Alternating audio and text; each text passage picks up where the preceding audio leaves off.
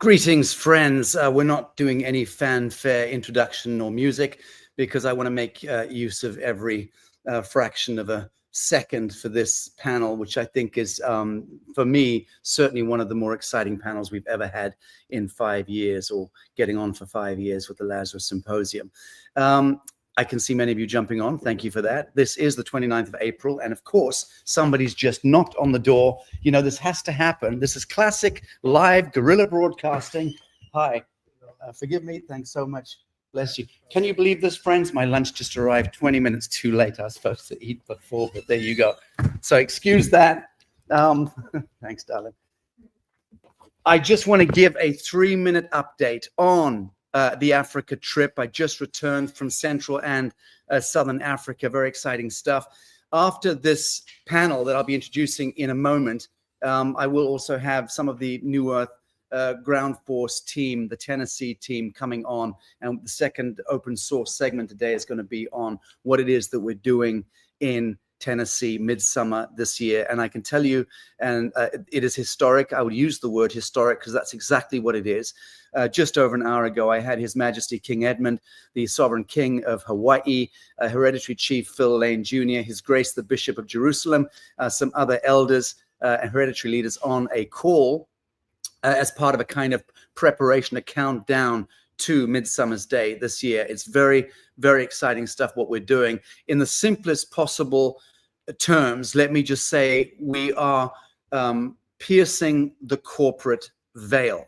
And that's a 500-year hegemony of the imperial crowns of Europe, the Vatican complex in all of its dithering Jesuitical nonsense, and the war powers of the United Nations, the Pentagon, and the kind of Khazarian nonsense that we've all been subjected to generationally for centuries now. This is the year 2025, Anno Domini, in the false light Babylonian calendar, where we resurrect ourselves psycho-civilizationally from that thrall of the fallen light of Atlantis, so to speak, which is why I think the panel coming up is so timely and so exciting. But let me just share with you, if I may, a few photographs taken from, how do I do this? Share screen, go to window.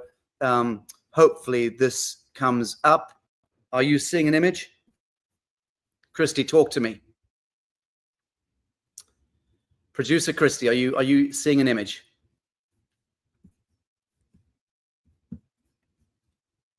Can anyone speak to me? Yeah, I have it up for you. So you can hear me. Okay, very good. All right, so this is an image here taken a few days ago, the king of the Zulus and his queen and the princess. That was a private meeting, which was very beautiful. Second time I've met with him. He is a face to behold and a presence to behold. And that was in South Africa where we had that meeting. This was a week earlier, a couple of weeks ago. And this was the great Kambuka ceremony in central Zambia, Western Zambia, Central Africa, the solar plexus of the world, where thousands and thousands of people gathered here as the King of Kings of Central Africa moved his summer palace to the winter palace on the floodplains of Barotseland, again with thousands of people on boats on the floodplains. And I was with them for 5 or 6 hours in the unbearable heat, which cost me very dearly. This was a meeting with a finance minister in one of the countries we are dealing with in Central Africa right now, connected to the emergence of the NewEarth Africa nation. We are establishing a jurisdiction, a full nation compacted as a act of peace, not an act of war. Never happened before in history. It is happening this year into next year. A meeting with me, with the executive king there and some of his group, remarkably intelligent hereditary leaders that I'm engaged with here. That was a dinner that he put on to honor me and my team. That was in Zambia, in Lusaka. And here is yours truly, holding the dragon staff in my heraldic costume or outfit that I'm required to wear. as I represent the so-called King of Kings of Indonesia. There's 600 kingdoms there, and I'm representing the ancient houses of the Kings of Kings there, bridging it into Africa to restore the ancient houses who were toppled, usurped from their thrones by the corporation, by the Vatican, by the conquesting crowns of Europe. And they have to be restored momentarily to their thrones after the usurpation and the conquest of the last 500 years as part of atonement, redemption, and then thereafter salvation. And that was me bringing the dragon staff, which is gold and silver, bejeweled, amazing thing, as a gift to the King of Kings in Central Africa from Asia. Just more of the work that New Earth has been doing now for 25 years. That's an area chief, and that again, a slight close-up of the dragon staff. And this here is the Litunga, a remarkable soul, has to be said, a remarkable soul. And he holds thrall over the biggest kingdom really in Africa, which is the size of many countries in real terms. And the door's gone again, and I'm just going to ask them to leave it, please. Thanks very much indeed. Okay, lousy timing. Sorry about that, guys, but I do enjoy this. And here is the photograph of me handing the staff to the King of Kings, the Litunga. Very, very rare to have a photograph of him. There's the dragon staff again. I actually had this one commissioned as the gift that's passing between these houses. And I'm illustrating this really to kind of demonstrate something that is underway and happening in Africa, friends, because it does speak to revelation, which is what today's panel on ancient Egypt and what's happening there in the sands of Giza is also part of that revelation.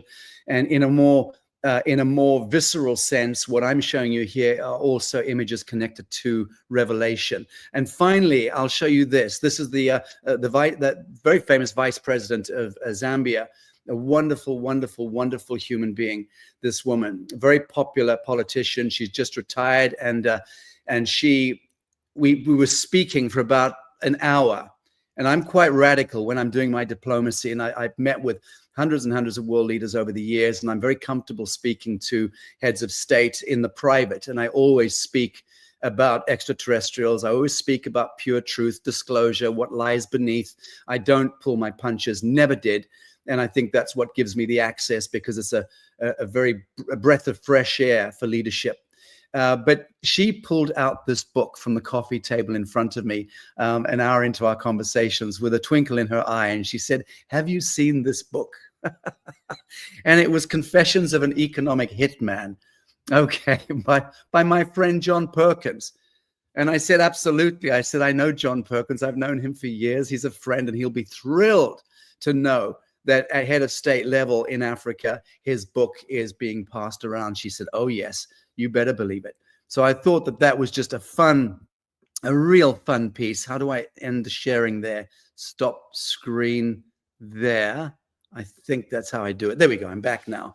So I just wanted to share that photo file of my trip to Africa, because I just returned literally a few days ago, and I'm rejoining the second leg of my Revelations tour in America.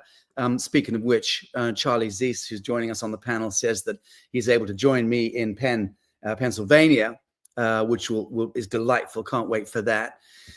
Friends, now bringing it to the fore, the recent discoveries in Egypt, including the detection, as many of you know, of massive coil-like structures beneath the Giza Plateau, may have uncovered a hidden world that challenges long-held beliefs. And these structures potentially functioning as ancient energy systems. I'm going to knock that word out. That's a polite word. There's nothing potential about it. These structures, arcane structures, functioning as ancient energy systems and communications network systems, suggest a level of technological sophistication far, far beyond what was previously attributed to early civilizations.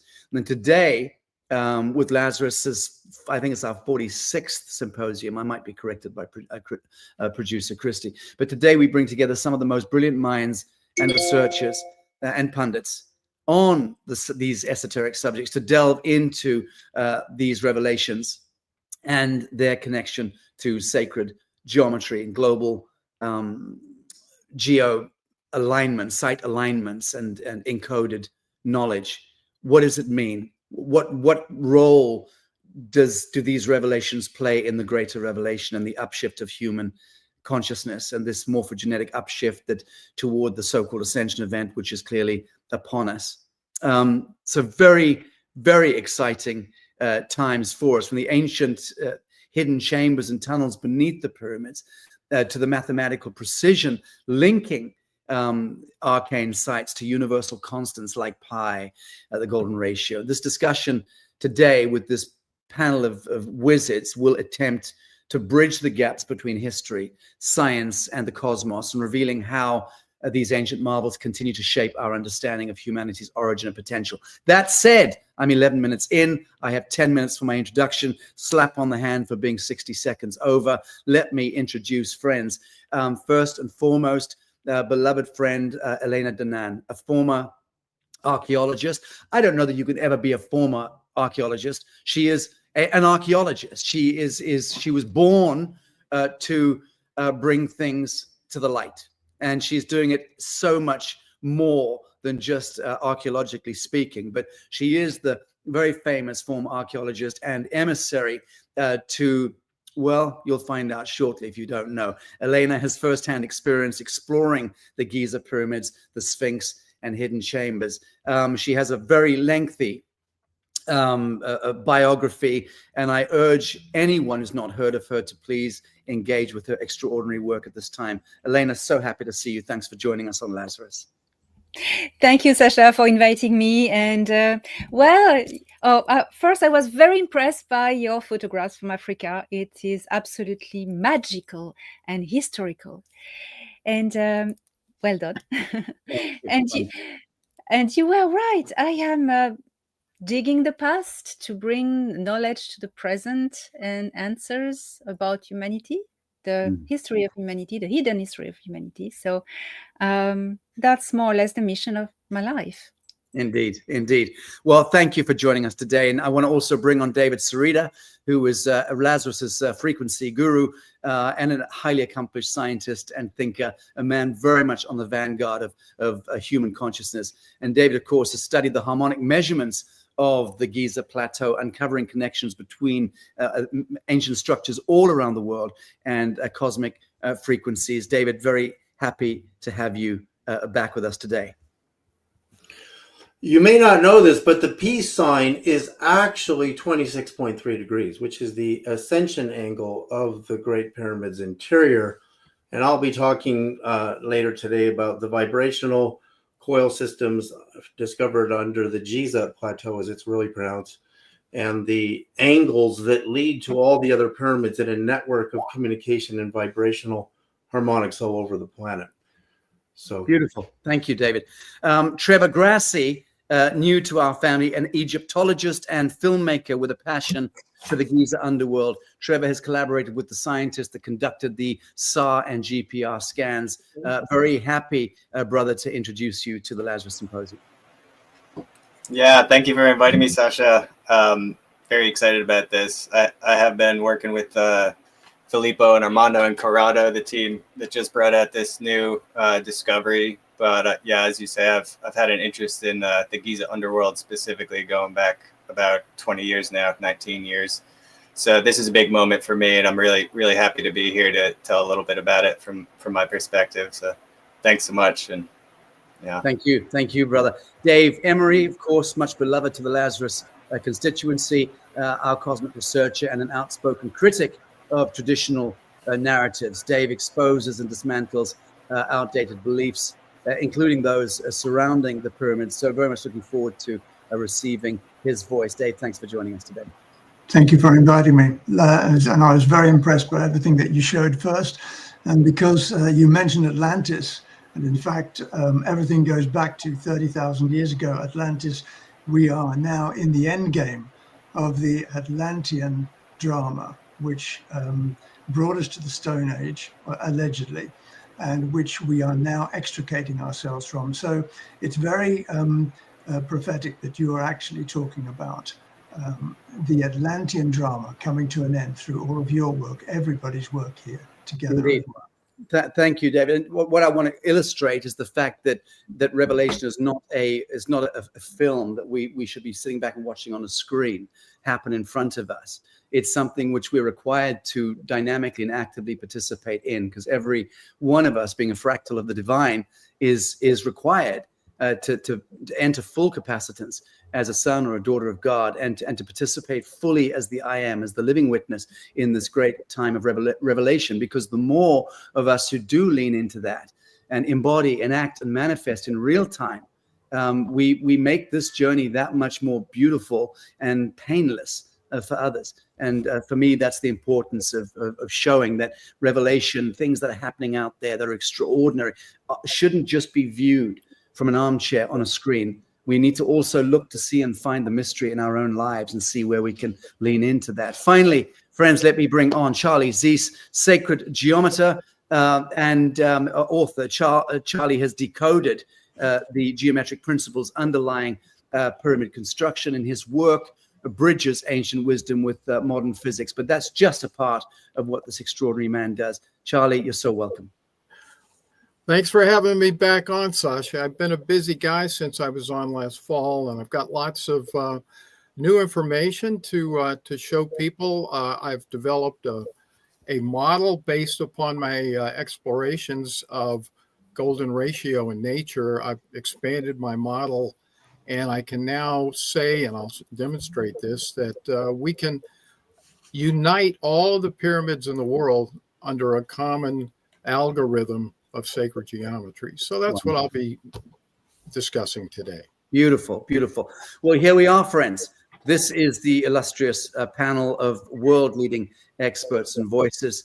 Jimmy Blanchette is not joining us in person, but he has prepared a pre-recorded video. And Jimmy, as many of you will know, is the radio operator and researcher who has uncovered profound alignments and encoded physics within the Giza complex. And he and Charlie's findings connect ancient structures to universal constants like pi and the golden ratio.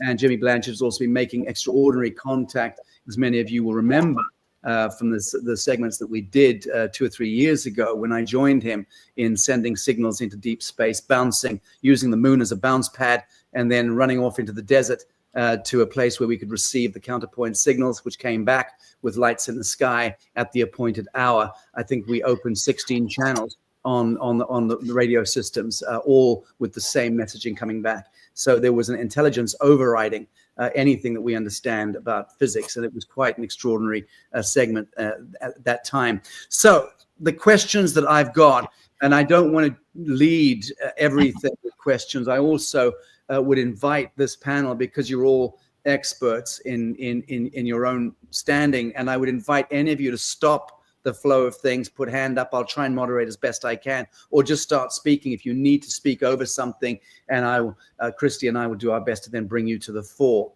because I don't want this to be a kind of a staid and stilted panel being led by my wheezing. I want it to be more interactive. But insofar as there are basic questions that I've got to begin, I just want to ask you each in 2 minutes, really no more. Can each of you briefly share, 2 or 3 minutes maximum, would you briefly share what first drew you to study the pyramids and how you see these recent revelations and discoveries reshaping what we know about ancient civilizations? And Elena, I have to ask you first, because you are so viscerally connected at the mitochondrial level with the paramagnetic and dielectric forces of ancient Egypt. So please, if you'd start. Thank you, Sacha. In fact, it's what led me to study archaeology and Egyptology, specializing in Egyptology. When it was in 1991, for those who don't know me, I am a physical extraterrestrial contactee since my childhood, meaning that I am visited physically by extraterrestrials, and sometimes I go on board ship physically. So in 1991, I was teleported on board a ship who took me to Giza. I had never been to Egypt before, and in this life anyway. And I was beamed down in front of the Sphinx with a Nordic extraterrestrial whom I knew from my childhood. And he said that he wanted to show me what was underneath. So we were in front of the pose of the Sphinx, actually in front of the dream stela. And he said the stela is blocking the entrance. It has been put there to block a door. And in front of a corridor, there's this big staircase and a corridor. So he said, take my hand, we'll need to shift density because the technology that is hidden stored into this place is of a higher frequency that actually human cannot find it yet until they raise the frequency of their physicality. So he took me there and we went down large stairs, and then there was a corridor with square apertures on the side. It was rooms, like storage rooms, and there were shelves in each of them. The corridor was extremely long. You couldn't see the end of it. And I was explained that at the end, on the left, it was turning and going even down and connecting to the pyramids and to a wider structure. And I saw on shelves extraterrestrial technology that was there, very advanced technology. There was a lot of objects in crystal quartz that were working with interface of consciousness. So long story short, that was the first interest I was drawn to study, why I was drawn to study Egypt and particularly Giza. So I started my archaeology training and had my degree and then specialized in Egyptology and got a job in Egypt. In 1998, I was a trainee archaeologist doing a work experience on the Giza Plateau with Dr. Zahir Hawass.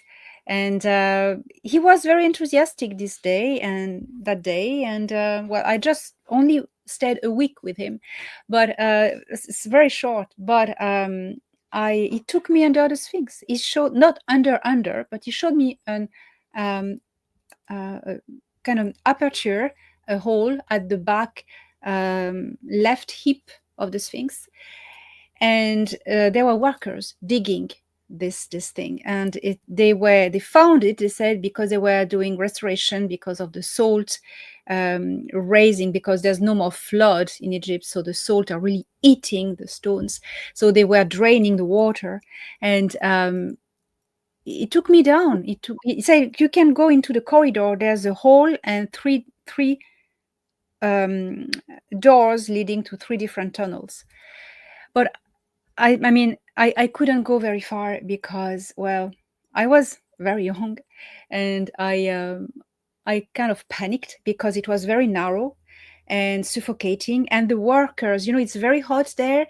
There's a lot of body sweat smell, and you don't have enough oxygen, and it's very suffocating. And I really passed out. So they had to bring me up. So I didn't actually put my feet at the end of the corridor in the little hole, but I saw it. I saw a dark area that was wide, and you couldn't see the end of it.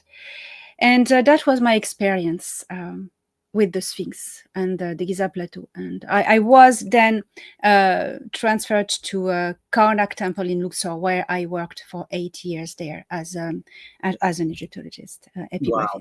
Amazing stuff. Thank you so much for that. I don't know if you approve. These are my little flirtation with AI generated images that I did earlier today, thinking in my own mind about your experiences and of Enki and Lil descending to Earth and divvying up the planet. I rather like this image. I thought this was pretty cool. And I said, no, but I want to see Elena beamed at the feet of Enki, and on board his astro library. I don't know how close that is. In any event, they're just fun fun images talking about how Very cool. this extraordinary part of the world, and not just Egypt, but of course, we know that the pyramids are being revealed now all around the world. I was at Sudan not that long ago studying the Nubian pyramids, as some of you know, and what's taking place all around the world with that aspect of revelation, whether it's Mozambique or Bosnia or Canada or all around the world. Pyramids are revealing, mountain ranges are revealing as what they ever have been.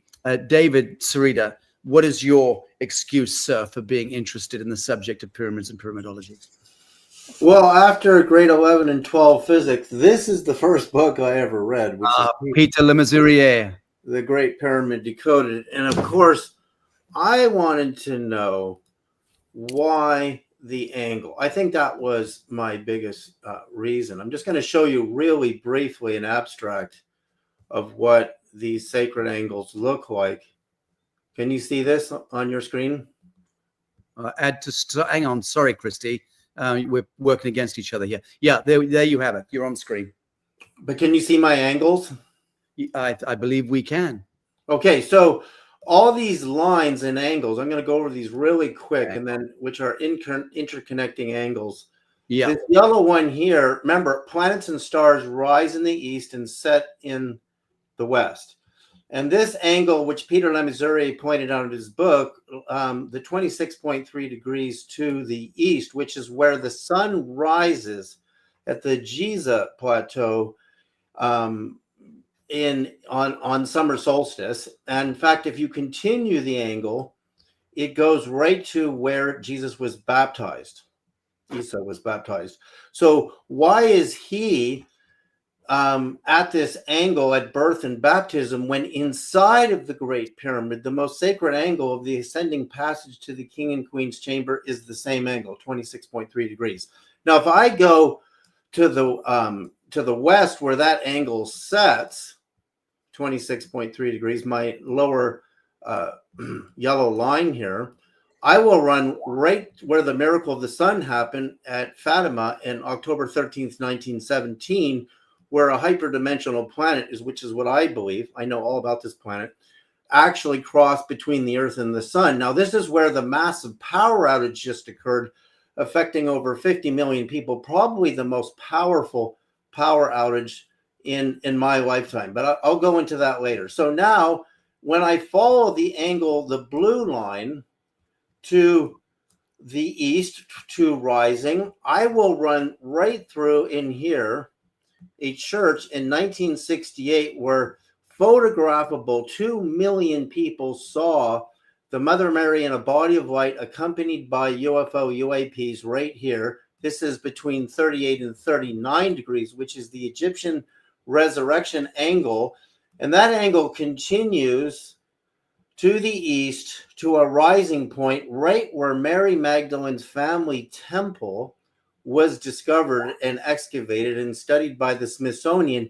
And this is where Jesus appeared in his resurrected body at resurrection angle between 38 and 39 degrees 3 times, which is again for his beloved wife's region of where this temple was excavated and discovered right here. I'm going to do this very briefly because when I take this angle, the same angle to the west, which is where this body sets, Mary Magdalene on her boat with her followers follows this angle and gets off her boat at just past Marseille in France, right here, where she establishes the religion in what would later become France. Now I'm going to continue on that angle of between 38 and 39 degrees all the way around the earth. You're not going to believe where it leads to. I'm going to keep going, and I'm going to be in Mexico, and I'm going to cross the Great Pyramid of the Sun, right, the greatest pyramid in Mexico, right here, where my purple balloon is, Pyramid of the Sun, and I'm going to keep going with a slight deviation to Tepeyac Hill, where the Mother of Mary appeared to Juan Diego in the year 15. It's in this book over here, in the 16th century, and imprinted her image on the tilma made of cactus fibers. 25 million people visit this church at the end of this angle. So why at 39 degrees leaving the pyramid, the sacred angle of resurrection, do we have all these connections? And in fact, when I come into the Great Pyramid here, I mean, I'm doing this briefly now, I'll go into it much deeper later. When I leave the Great Pyramid, you're going to see the Grand Egyptian Museum is at this angle from the Giza Plateau pyramids. The local Egyptian Arabs pronounce it Giza, but the rest of the Arab world pronounce it Giza. So, and there's a reason for that. So look at this angle here. See my blue line here, my green line? It's going right through at the same angle as the edge of the Grand Egyptian Museum, which means they know where this angle goes. If I follow that angle is Great Pyramid angle to the west, which is just under 52 degrees. If I keep following it at the angle it leaves, you're not going to believe where it leads. And it leads to the mark, goes right through Alexandria, Egypt. And I'll go way out here. And it goes, that's my green line. It goes to Stonehenge. You see, so they're all connected at these sacred angles. Now, before I finish, so I'm not screen sharing now. I'm back to here. I'm going to do one more share. You're going to love this one, Sacha. Get ready for a shocker, because this is a shocker what I'm going to show here. Yeah, so much for my 2-minute intro piece. You know? Really quick.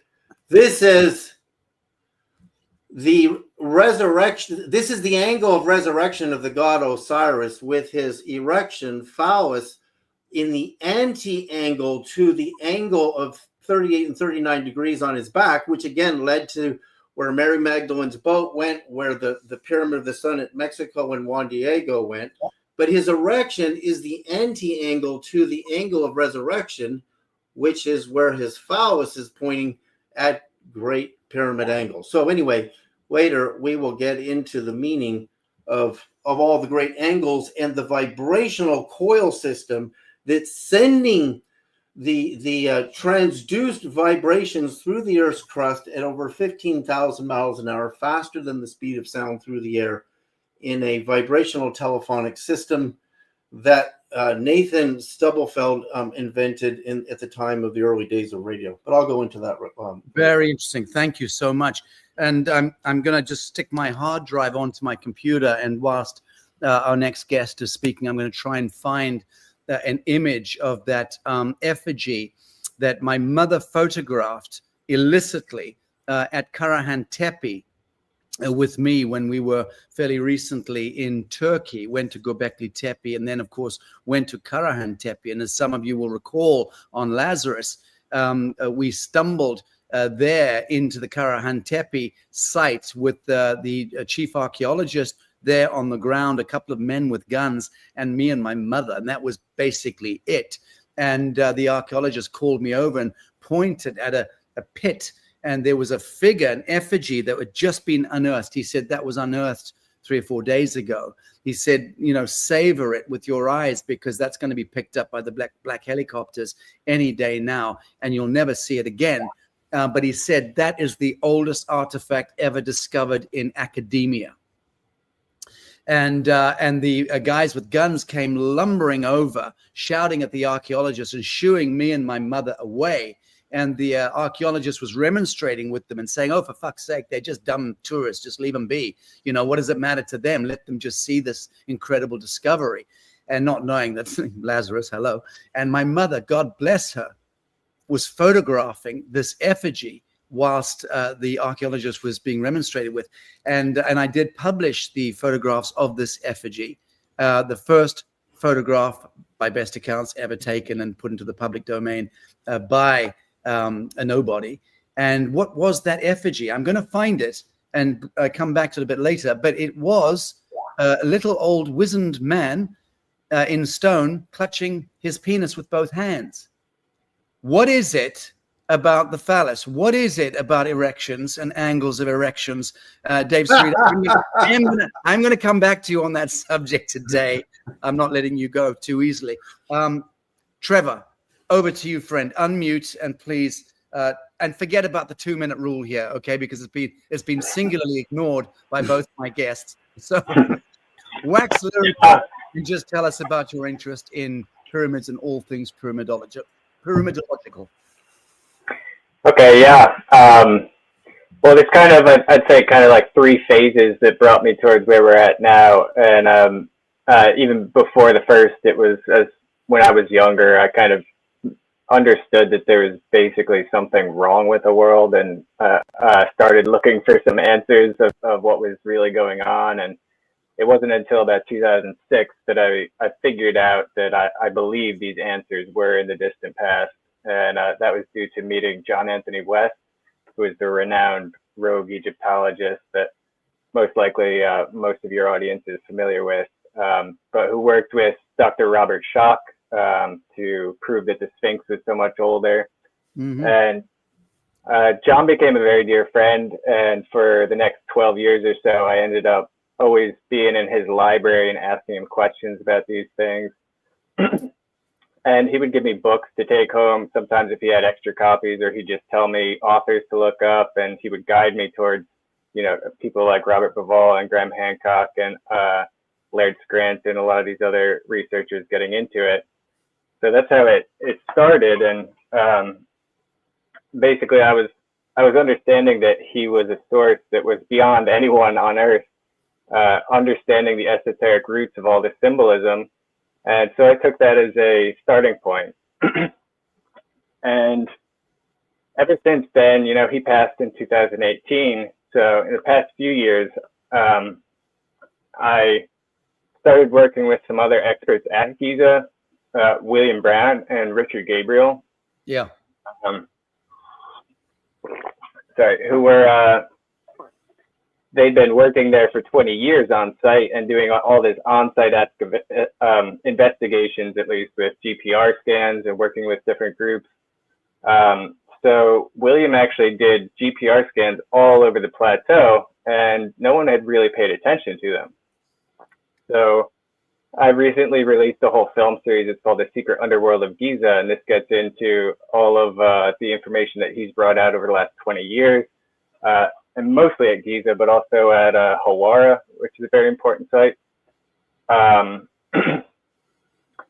And then as we started working together, we started bringing in Richard as well, who's done all this amazing research on the NC2 complex, which is up in the northwest corner of the plateau. And all these things that they had been discovering turned out to be very, seeming at least, very likely to connect to all of these things that have just been discovered recently. And so through working with them, we basically ended up finding what we believe to be many of the entrances into the new structures that have been discovered by the Coffer Project. And before they were called the Coffer Project, when it was just Corrado Malanga and Filippo Biondi in 2022, releasing this report on the Great Pyramid. This led to, well, we had found a temple. Bill really had found a temple in the east of the plateau that had a tunnel going straight to it. So I got in touch with the Italians, Malanga and Biondi, and I said, I think we found the entrance to some of these structures they had found. And they got back in touch with me. We started talking, and they told me basically that I should hold on to my hat pretty much until March 15th of this year, when they said they were going to be doing this press conference that was going to announce major discoveries from not only the Great Pyramid, but kind of using this same innovative technique they had adapted from traditional SAR technology, synthetic aperture radar, which is a pretty, it's not a very well understood technology for most people on Earth. I've recently actually interviewed Armando and Filippo, and Armando said that there's only really 250 SAR specialists on Earth, and not one of them has challenged the results of the discovery they brought out about a month ago. So they had basically made an absolutely incredible discovery back in 2022, and I had noticed it. So this is why I reached out, and Bill had given me this model he had built of this entire temple complex to the east with this tunnel going straight to the Great Pyramid. And no one had really seen that image except me. But at the same time, these models came out from Malanga and Biondi, and I basically brought these two models into Photoshop at the same time, and they were the same tunnel. I mean, our tunnel was basically touching, overlapping one of the lower tunnels they showed in the Great Pyramid. So that led me to try and reach him, and it took me some time, but I finally got in touch with Corrado, and he told me that the team had seen my message, and they basically said, yeah, we were actually aware of the work you're doing with Bill, and it's very interesting. We'd be open to working together in the future. But that's when they basically said, get ready for March 15th, 2025, because the world's going to see something they're not really ready for. And I said, that sounds great. I've been waiting my whole life for that. That's awesome. And, they said afterwards we can talk about collaborating. And it turns out we have been. And, mostly, I would say I'm not an official part of the Copper Project team at all. But I offered to help them basically get their message out because it was so important to me. And I saw the whole world media blacking out on their discovery in 2022. Because, of course, it wasn't sanctioned by the Egyptian ministry. And so it's not going to catch the attention of the mainstream news of the world. So I was sick of that. I'd seen that happen to John West all these years. I'd seen that happen to all my friends who were making discoveries in Egypt. And I said, this is not right. I want to help you guys make sure this story, this new one especially, really gets out there. And it turned out I didn't know this was going to happen, but on the 15th, the day of their press conference, they said they gave me the project abstract of that was describing some of the material they were going to be discussing in the press conference, and they said I could release it. So I did, but I thought everyone, the press conference sold out to over 900 people as soon as it was announced, basically. And I thought all of them were going to be releasing it, but that's not what happened. And it just turned out to be me. So the first few people that started picking up on this story started looking to me, and suddenly I became very popular, which I was not before. I had just kind of started my YouTube channel and put some of this information out, but suddenly I became like associated with it and got a lot of attention. People started to notice the work I'd done with Bill and Richard, which provides so much context that the world already was not aware of. So I've been sending people to some of my films, the Secret Underworld of Giza and Revealing NC2, which we released just 2 days before the press conference, because that shows a potential, very likely connection from the West, and the material in the other film shows a very likely connection from the East to specifically the copper pyramid tubes and spirals we're seeing. So we think we have at least 2 entrances that are very likely connected to those, and then more that connect to the Great Pyramid. So I've been trying to direct people towards that material because it's very exclusive. There's nowhere else you're really going to find all this amazing work that Bill and Richard have done, and it blew my mind. So I just have been working mostly with Bill in Egypt, and trying to help basically get what they've already done out to the public, because it's very important. And kind of like some of the rest of us are talking about, I've been very deep into finding context in the map and geometry that's encoded into the Giza Plateau.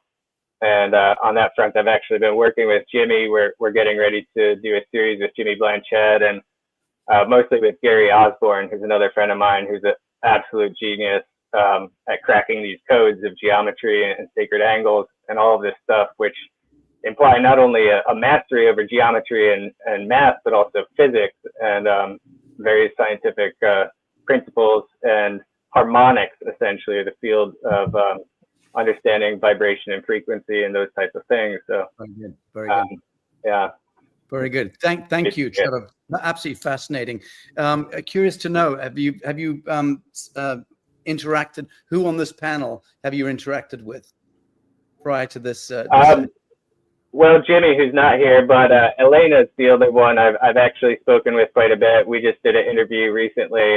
Thank Elena again for that. That was really awesome. A good 2-hour deep dive into a lot of the relevant details about it and the history of some of the work I've been doing and what she's been doing, which I find to be very important. Elena's book, The Cedars, was one of the most important books to come out on this subject in many, many years, where she talks about things that others have not known or not had enough courage to talk about in some cases. So, exactly right. Yeah, truly fine.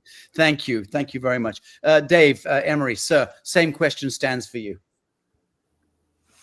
In 1960, I was 12 years of age, and I was writing a book. And the book was to cover all of my lifetimes for 800,000 years. And I remember asking myself, where would I begin? And I began at the pyramid. So why would I begin at the pyramid for such an astounding book covering all of my lifetimes, which I couldn't really remember? I went to the pyramid because the pyramid is the magical and the most mysterious edifice that we have on Earth. And it is way, way, way older than anybody of the official recognition ever tells us. It is in fact 50,000 years old. And it points in two different directions. It points backwards into our past after Atlantis, and it points forward into our future, which is where we are going. So this particular pyramid is extremely important to all of us, even though for most of my life, I never realized it. I began in 1960 to take an interest in that and in history and in mystery and in knowing who I was and in knowing who all of us were and why we were here. And the pyramid can tell us a lot of all of this information. We have been denied it, of course. We've been told that it was a tomb, which it did eventually become, but it was a tomb to a pharaoh, and that it was constructed by 25,000 men with pulleys and logs over 25 years. And of course, the real truth behind it is now coming out from all of these wonderful experts here who are talking to you and telling you the dynamics, the particle physics dynamics behind this particular pyramid. And in fact, I was fascinated to listen to all of you, without exception, all of you. But David actually mentioned something about those lines. Remember the yellow lines and the blue lines and the green line? The interesting thing is that the yellow line, I think it was the yellow line, you have to forgive me, I can't quite remember, but the yellow line passes through Stargate 12 in the south of France, Montségur. And Stargate 12 is connected with the Universal Stargate. It's also connected with our Stargates, which we have, which are chakras, in our own self. So there is a connection. So that line that he was showing you passes through Stargate 12. And the blue line or the green line actually passes through Stargate 11, which is Vale of Pusey. So the connection with Stonehenge is fascinating. But in fact, the Stonehenge was built way, way after the original construction of the pyramid. And one other thing, the original construction of the pyramid 50,000 years ago, and there was a reason for that, and it was connected with humanity and ascension through the Ark of the Covenant. The real interesting thing about all of those connections is that the pyramid has been rebuilt twice. It was rebuilt after the first fall of Atlantis 30,000 years ago, and Elena will know all about that, the details behind that. And as a result of that, its construction angles and all the geometry was shifted from Sirius B. It was pointing towards Sirius B, from whence came all the ETs, the extraterrestrials, who came to help us to build that pyramid. It was changed from Sirius B after 30,000 years ago, the first fall of Atlantis. And eventually, the geometry had to be shifted to cover Alcyone in the Pleiades. So the Pleiades became the geometrical lines that David was talking about. So those are the Alcyone Pleiades construction geometries that were used in the pyramid. And then it was rebuilt again after the final flood of Atlantis in about 9,500 BC. So what I'm really saying here is I got interested in the pyramid because it is full of magic and it's full of mystery, and it points towards me and my future, and it points towards me and my past, and that means everybody else's past, because we are all connected, and we have been here on this particular pathway, this journey into expansion of consciousness as a result of the dynamics of this astonishing edifice. Beautiful. Thank you very much indeed. Beautiful. Charlie Ziese, sir, it's now incumbent upon you to fascinate us with your story, the genesis point of your interest in all things pyramidal. Perfect. Thanks, Sacha. I got interested in the pyramids about 9 years ago. David Wilcock did a series on the Russian pyramids, and that's what got my interest going. I make and manufacture Russian geometry pyramids, and I've stayed with that ever since. But one of the first things that I discovered was that the base angle or slant angle of the Russian pyramids was exactly equal to the apex angle of the Giza pyramid.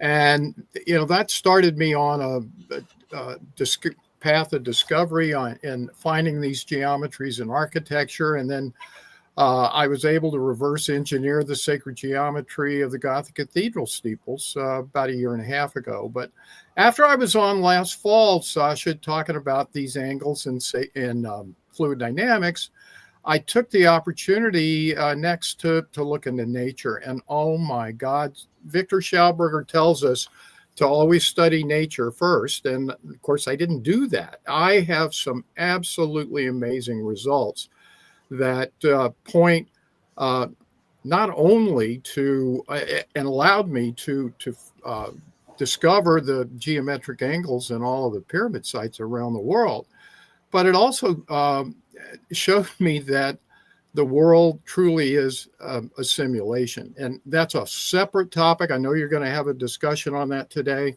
but I probably have, in terms of real world, or actually,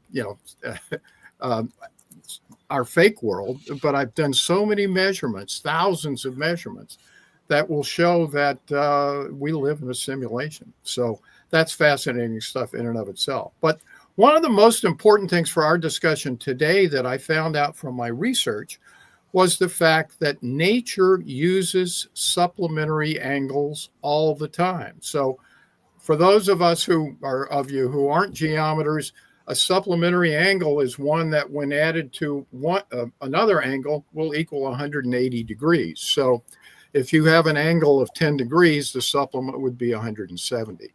Well, I don't know if any other people studying pyramid geometry had ever looked at supplements, but as it turns out, that was a missing link in probably 80% of the pyramid geometries that I had never been able to figure out. And we figured this out about 5 weeks ago. We had Dr. Sam Osmanagic on from the Bosnian pyramids, and I was busy, measuring angles and red algae and stuff like that in the plant and animal kingdom. And he puts up the picture of the Pyramid of the Sun in Bosnia. I said, wait a minute, this is the supplementary angle of the Giza pyramid. And so I immediately called again Jimmy Blanchette. I said, Jimmy, look at this. All of these things have these supplementary angles. Well, Jimmy is gonna, if we have time, I think we're gonna show a video. Jimmy, yeah, we're about to show that in a moment.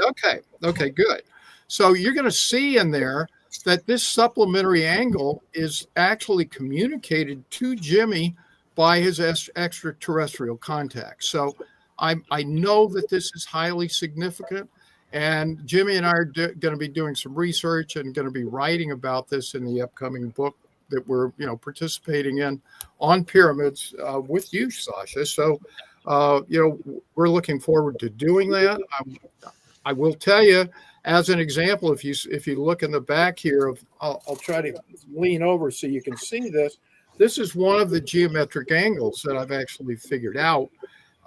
And when I looked at the overhead view, it matches perfectly as well. So, I don't know if we have time to go.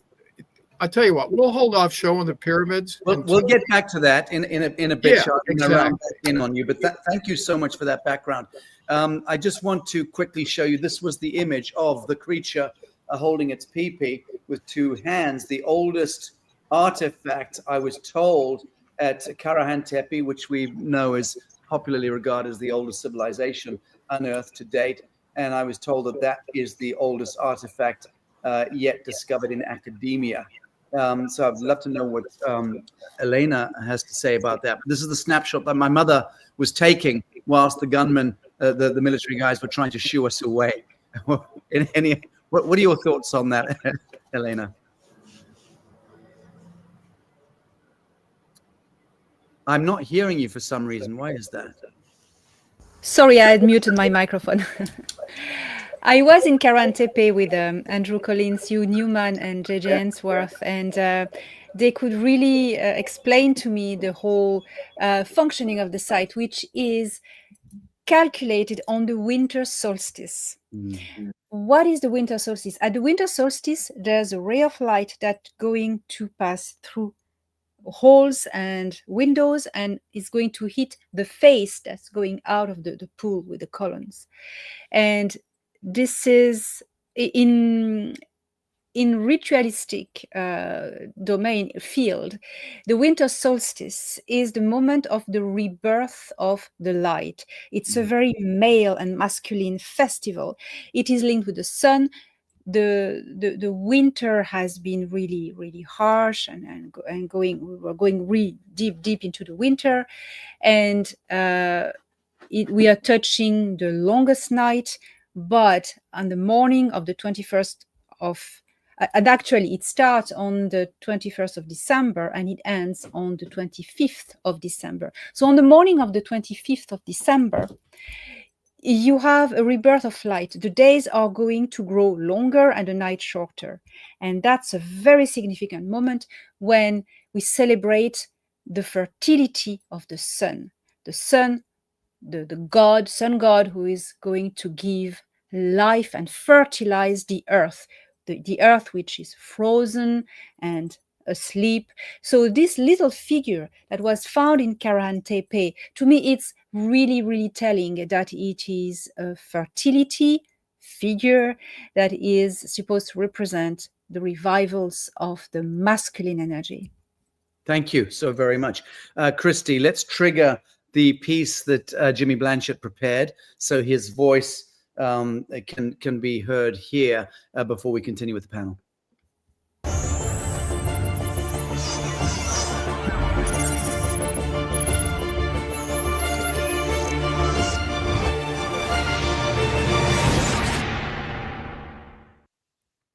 Hi, everyone. It's a great pleasure to be on this panel.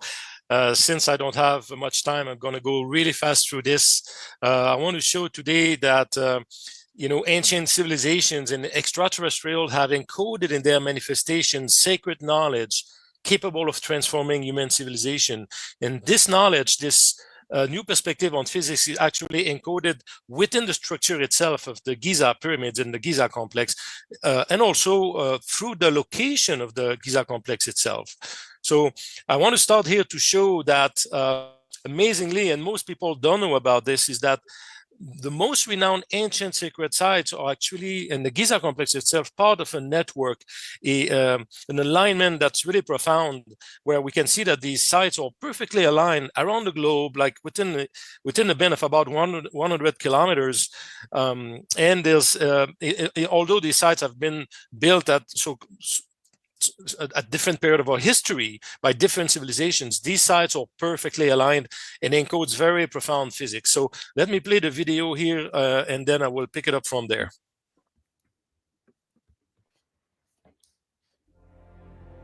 It's a 3-minute video.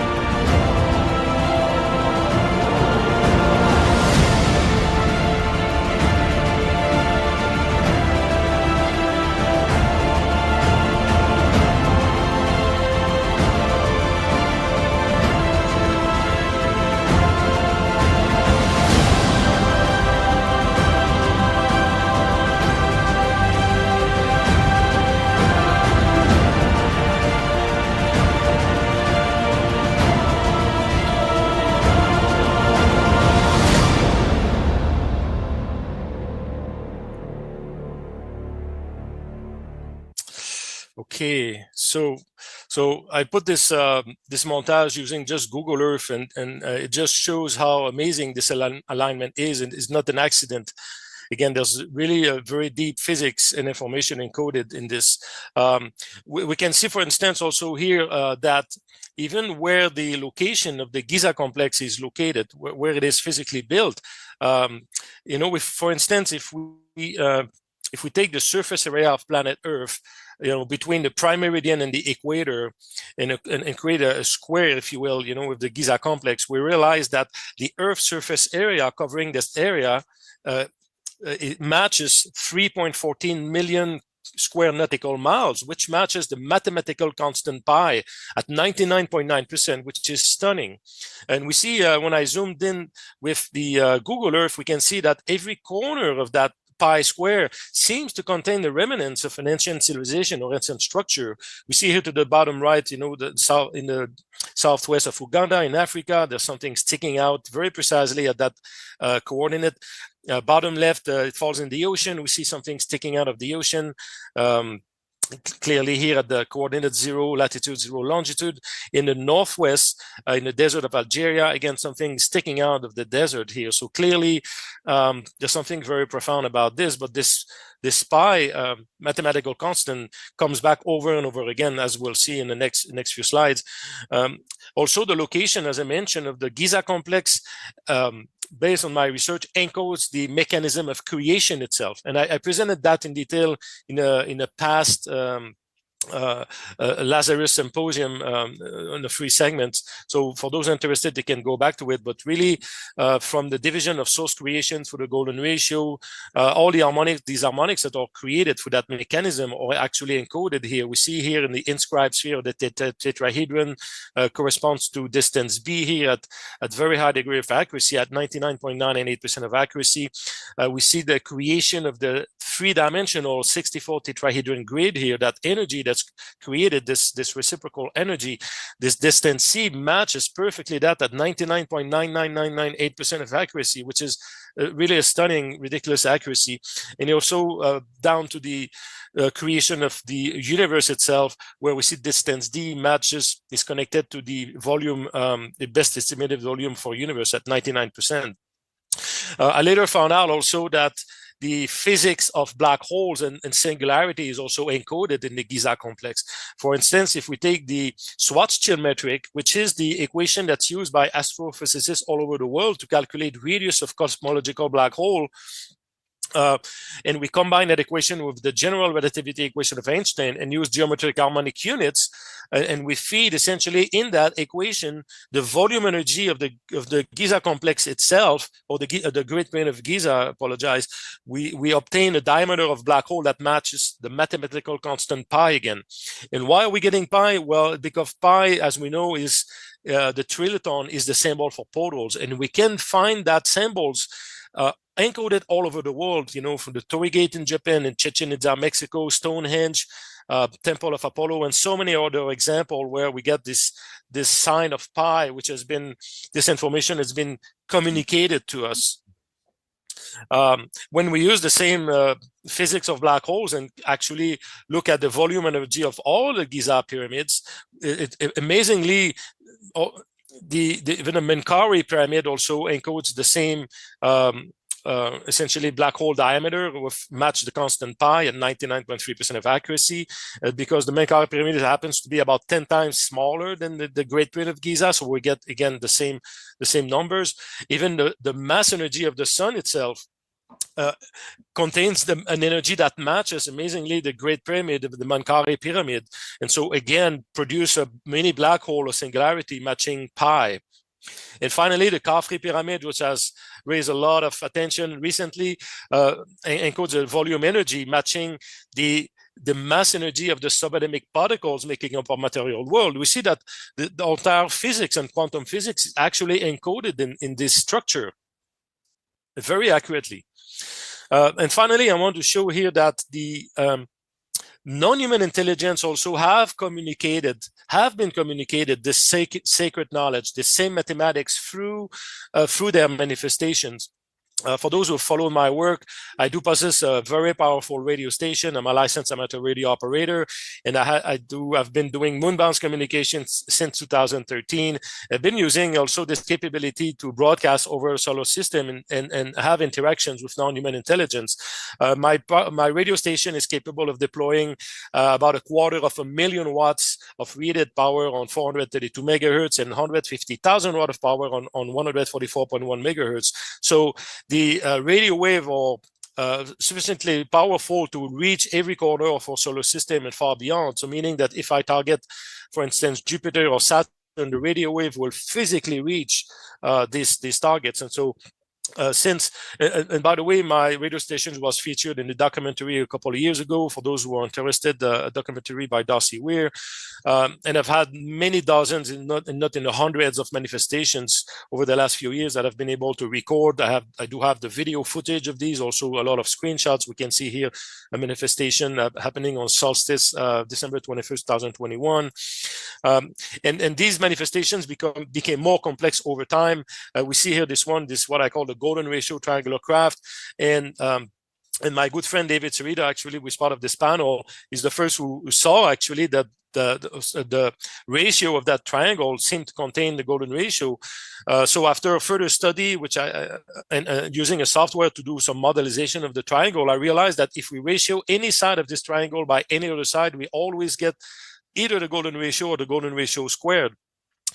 In addition, the intelligence encoded in this triangle, amazingly, if we look at the angle of the left side here, we had an angle matching 4.32 degrees, which happens to match the same frequency that I was broadcasting on, 432 megahertz, amazingly.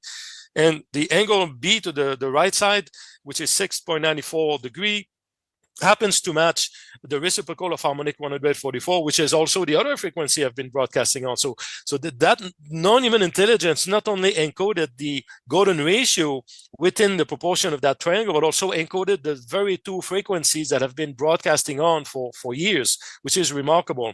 But I found that over time, there's actually these harmonics that were communicated by the intelligence produce this formula, which I call the light encoded reality matrix formula, which happens to be essentially a representation of the division of source creation. The number one, if we represent source as number one, divides itself through the golden ratio and through these harmonics, 144 and 432. After some research, I discovered that the very same harmonic, 144, 432, and golden ratio were encoded in the very dimension of the Great Pyramid of Giza at the very high degree of accuracy, including the golden ratio. I'm not going to go through all the numbers. I've presented these before on Sacha's Symposium. For those interested, you can go back in the past, but it's all part of the same harmonics of creation that have been communicated to us. Even the Royal Egyptian Cubit, we found that is not a random measurement system. It actually encodes quantum physics, because when using, again, geometric harmonic units, the nautical mile systems to be more specific, the Royal Egyptian Cubit happens to match 2 times the Planck length times 1 golden ratio. And we know that the Planck length is the fundamental measurement system in quantum physics. Finally, 3 years ago, I made a transmission broadcasting the golden ratio frequency of 161.8 hertz. During that broadcast, this non-human intelligence manifested, this triangular craft appeared. I do have the footage of it. And recently, that is like 3 years later, a few months ago, I went back to it and measured the angle of this manifestation. And the angle matched the 103.655 degrees, which happens to be the supplementary angle of the apex of the Great Pyramid of Giza, which was remarkable. And we will find that this angle of 103.655 degrees is found everywhere in nature. And that's where this connects to the great work of my friend Charlie Ziese, who's going to show that how these angles, and also through his back engineering the golden ratio, doing the golden ratio scaling, are contained in almost in so many things around the world, in ancient sacred sites, in nature, and so on. So I've been collaborating with Charlie over the last few weeks and months, and so I'll pass it on to Charlie next, so he can show his amazing work and how this all connects also to some of my own findings. So I hope this was entertaining. Thanks, everyone, and it was again a pleasure to be on the show.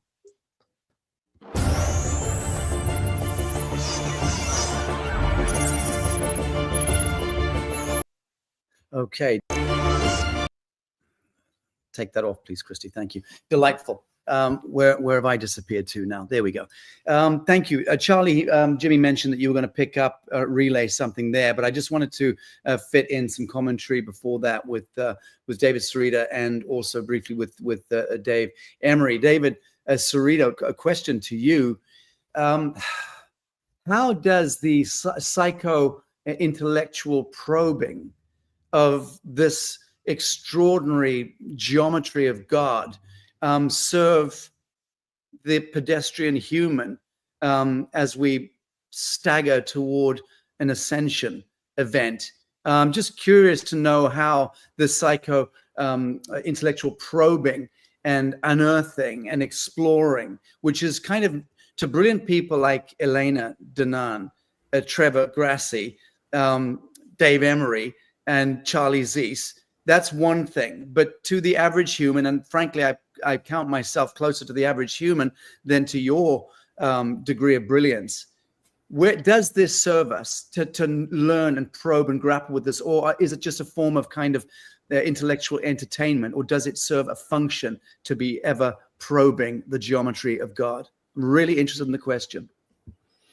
Yeah, well, we are beings, resonant beings of frequency. And also, I think what's at play here, of course, I've been building coils for 20-something years, and I was director of the LA-based Tesla Foundation under Bogdan Magovich. And seeing the coil structures underneath the pyramids and knowing that they're operating as transducer vibrational, possibly even electromagnetic transducers. Let me show you a slide here that I think will interest you, because when you understand the idea that we are vibrational beings and we're looking at a vibrational system that, in my opinion, frequency, angle of light and frequency affects human consciousness and tuning the human nervous system more than anything. Let me show you that. This inventor, his name was Nathan Stubblefield, was an inventor of an earth battery system. And these were placed in the ground, underground. Look at the date on this, 1898, March 8th, Eastern United States. And Stubblefield was drawing current, real power from these batteries that had to be placed in moist soil with moisture. Yeah. And not only did he draw a current, I want you to think of the coils under the pyramid complex. Yeah.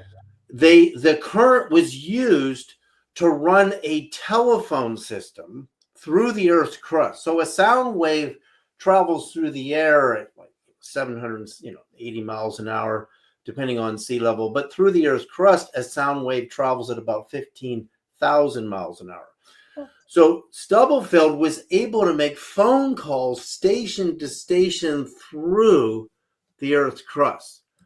So now I want you to think of the idea of, here, let me just show you a picture of him so you can see him.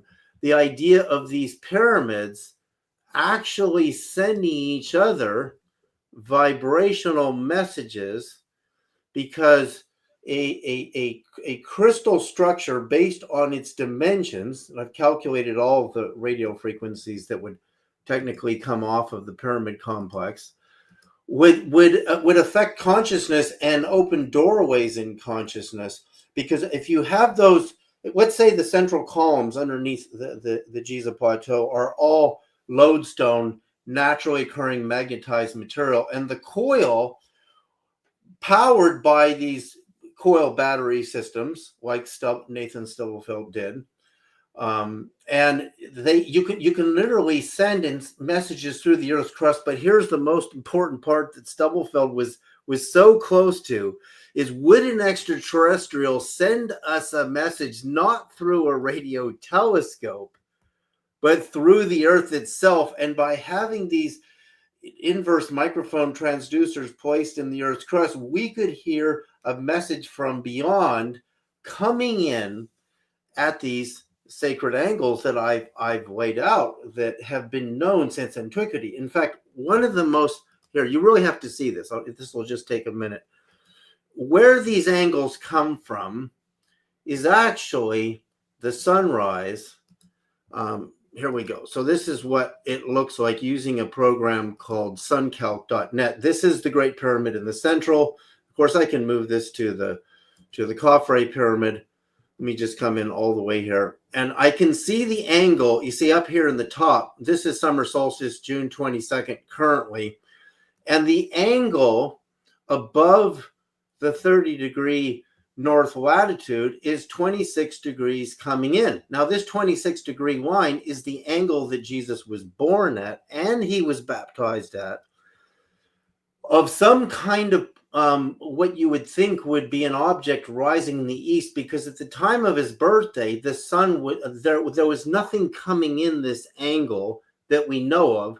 We only know at this angle of 26 degrees that the sun does rise at solstice. Now, if I switch this up here to winter solstice, December 25th, which I'll do right now, or December 22nd, it's 26 degrees on the bottom that the sun rises into the pyramid complex and sets at the opposite angle to the west. Well, guess what? If you add the two 26s together, you get pyramid angle 52.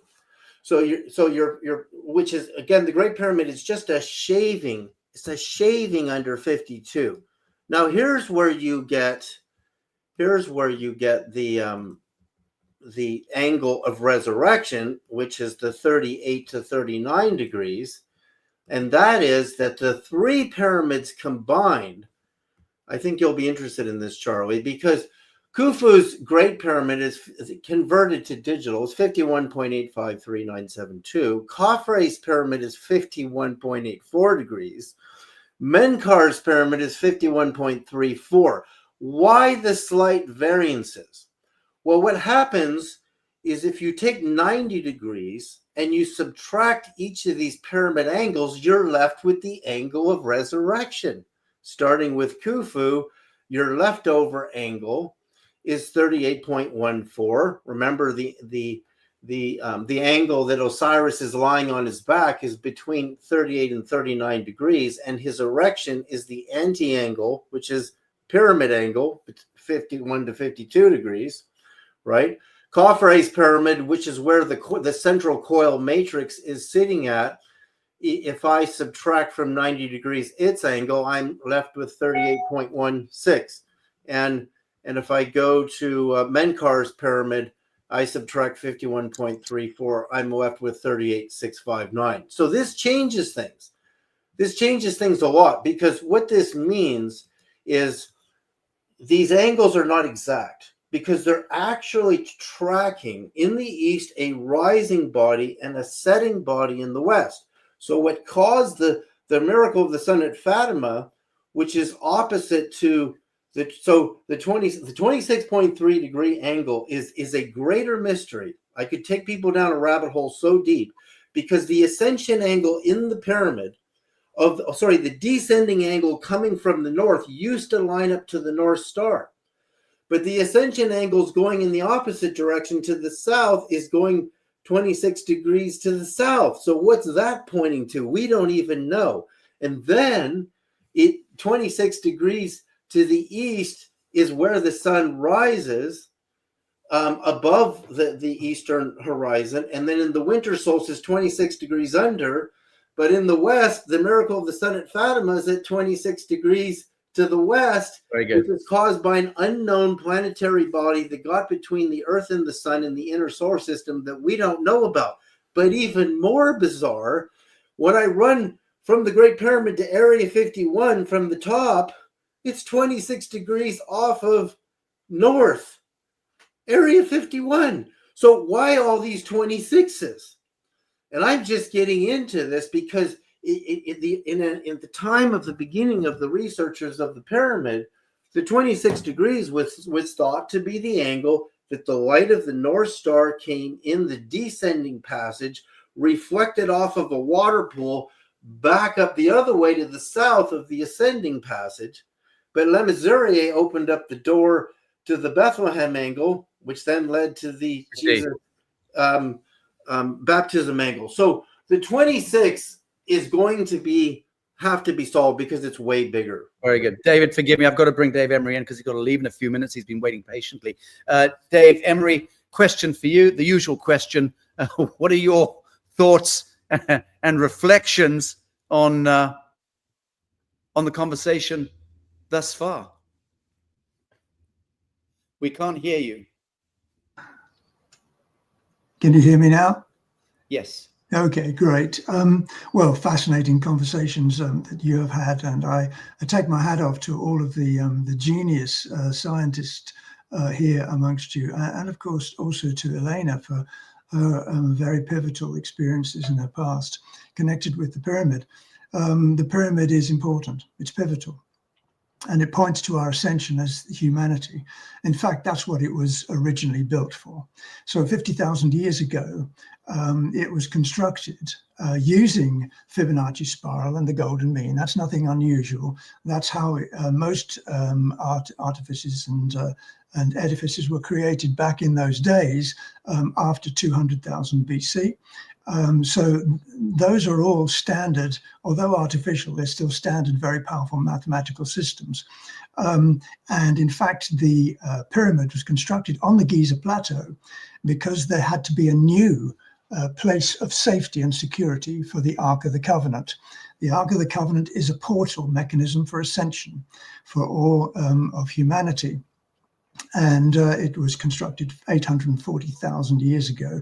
But because of the first fall of Atlantis, it was no longer secure in the fourth dimensional frequency fields. So they had to construct a very, very strong and fortress-like edifice on a very stable geological platform that was the Giza platform. And that was 50,000 years ago. It was originally a number of different things. It was a home for the Ascension portal. It was also an interdimensional portal, so interdimensional craft could land here, could come here, and Elena knows all about that. She is the expert on that. And it was also a healing center. It was connected to the Sphinx, which is slightly older than 50,000 years ago, because the Sphinx holds the whole of cosmic records and some very, very pivotal, universal texts in there. And of course, that is also the security sealed area for the inner earth portals, which are deep underground. And these are what we are all beginning to appreciate exist both underneath the Sphinx and underneath the pyramid. Now, the pyramid is a harmonic resonance chamber. It is, as David said, an activating sound mechanism. And in fact, we know Claire Harvey, one of our dear friends, has utilized sound within the pyramid. And sound is the glue that holds matter together. And in fact, it was also Professor Grandis, I believe, said that it's also an atmospheric electrostatic discharge impulse chamber to allow us to change the etheric energies into alternate current. I don't know about those things, but the pyramid is a machine. It was designed specifically, and most important of all, for every single one of us. So this is why we are all talking about it so brilliantly. And all of our scientific minds are turning their attentions now to discovering why such astonishing things all over the world were created. And the reason is to help us to manifest ourselves as our real identity, as angelic humanity, in our ascension protocols, which are happening right now. So I want to take my hat off to every single person here, all of you scientists, and to Elena as well, because all of you are contributing to the expansion of consciousness of the human identity. And the pyramid is one of the very first artifacts which have helped us over thousands of years. Wonderful. Thank you, David. When you keep saying Elena as well, Elena is a perennial scientist. Oh, sorry. I apologize. She is a bona fide scientist of the highest order of magnitude. I apologize, Elena. Not at all. She's far too good looking to be a bona fide scientist. I'll agree with you there. In any event, Dave, thank you so much, brother. And please, I know you have to leave early, so please feel free to do so. Trevor, keen to throw a challenging question at you before I then bring Elena back in and then revert to Charlie's, a bit of presentation from Charlie, and then we're going to go into wind up, because we're an hour and a half in to this panel. Believe it or not, how time flies. Trevor, keen to throw a challenging question at you, which is, which part of what you've heard in the last hour and a half doesn't gel with everything that you understand about the pyramids and the revelations thereof? Interesting. Yeah, that's probably an easier question than what does resonate. Because, yeah, I agree with generally the statements that it is an acoustic machine. It is an energetic machine in some sense. I think a lot of people are jumping towards electromagnetic distribution of energy. But I think it could be other forms of energy as well that have to do with, like, fertility. Again, like we're talking about these statues in Turkey. A lot of these standing stones and obelisks and things have to do with fertility. And like I was saying, I know Charlie has gotten much into the Russian experiments from Alexander Golod, for instance, where he was finding that pyramids would actually create fertility, these fields all around them that would make the crops grow healthier. All these amazing things that were discovered in that way.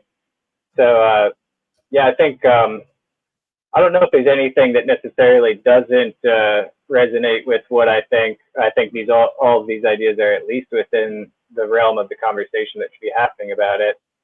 I think what you have is, yeah, looking back, Peter Lemessurier, that's a good one. If you look at Peter Tompkins, The Secret of the Great Pyramid, it's a classic book that, if you look at that one, or R.A. Schwaller de Lubeck, who was the top of the geniuses who really fully got to the bottom of how deep this science went, you start to see that, yes, you have to measure every angle, you have to measure the volume, the size, the shape, the density, every single factor in an Egyptian construction, creation, temple, architecture, or statue. It is also absolutely intentional. And when you start decoding that, it's what I call the Hall of Records in plain sight, essentially. That, you know, I think there are actually record chambers underneath the Giza Plateau, but most all of it is in plain sight in terms of once you measure the angles of the pyramids. What you end up getting are these numbers that are ratios or fractions or proportions, whatever you want to call it. They can each basically represent mathematical constants that imply they already knew all of this knowledge. And we're talking about the kindergarten level of it, where we say, yes, there's pi, phi, Pythagorean theorem. I list evidence in other places, not that I can prove it all right now, but I can assure everyone that they were using a 360-degree circle. They obviously knew how to square the circle, and so many other things. The flower of life, for instance, if you just take the flower of life, which divides a circle into 6 equal segments, and combine that with the sexagesimal counting system, which the Sumerians and Babylonians were definitely using, which is the base 60 system rather than base 10. If you just think about, you know, putting a segment of 60 in each one of those 6 segments, you already have a 360-degree circle. And you can see again there's just an example of, for instance, that they did use 360 degrees, and they played number games with the angles a lot too, proving that they were using that. But that's all the very lowest level of this math. They actually have so much more. You know, everybody knows about the speed of light is encoded if you switch the latitude into a decimal from minutes and seconds. Yes, that's true. If you convert it to a latitude, you're going to be within a foot or two of the peak of the actual Great Pyramid. But I've used this as an example before. People say, oh, it's just a coincidence. But I personally found 4 different, in secondhand research, not firsthand, I've found 4 examples of other people have found of the speed of light encoded into the Great Pyramid, either in meters per second or miles per hour. So we're using multiple different compound units. And so people say, oh, they didn't have any of those units. But when you have these numbers like 432, 144, 216, 864, you're getting the pinpointed number of seconds in the day. You know, you're getting a length of the equator that's 1/86 1,400th, for example, if you take the distance of 2 of the base edges of the Great Pyramid, which gives you a length that's equal to the distance the planet will travel around its own core at the equator in 1 single second. So you have all these cross-corroborating references built into the pyramid. And when I say I was able to find, for instance, 4 different references to the speed of light encoded into it, when I bring up Gary Osborne again, I just love his work because he was on so many of the same things I was on. And when I told him that, he said that he had found actually 9 different examples of the speed of light encoded into it. And with him, I've also gotten into the fine structure constant of the universe, which wasn't defined, at least down to the number of decimal points he describes, until I think it was 2018. And this ties into the Rendlesham code and this binary code that was received by Jim Penniston back in 1980. And ultimately, some of this information takes you all the way past the most advanced concepts of physics and even into evidence of time travel or some type of, it's as if information was sent back in time that appears in these codes, which is more than I can explain the evidence of in this short time. But I guess I would just make the point that it seems this entire system of numbers, which I call universal harmonics, because other people have called them processional numbers or different things like that, but I believe they actually apply on such a wide range of applications that I just call them universal harmonic numbers, which generally come from the multiplication of the powers of 3 with the powers of 2. So doubling and tripling. You end up getting, you basically start with 27 on one of these. When you double that, you get the 54 to the 108 to the 216 to the 432 to the 864. And so I think these numbers actually can be reverse engineered to not only, if you're using that type of mathematical system, you're going to end up defining all these perfect harmonic proportions that the entire universe is built out of, as Jimmy was saying, and as a lot of us are saying. They are certainly, in some sense at least, tuned to the planet, to the Schumann frequency, to the pulses that are naturally existing on the planet, and they're kind of catching or balancing and amplifying perhaps that energy, which is more like chi or something like life energy. It's giving fertility and energy.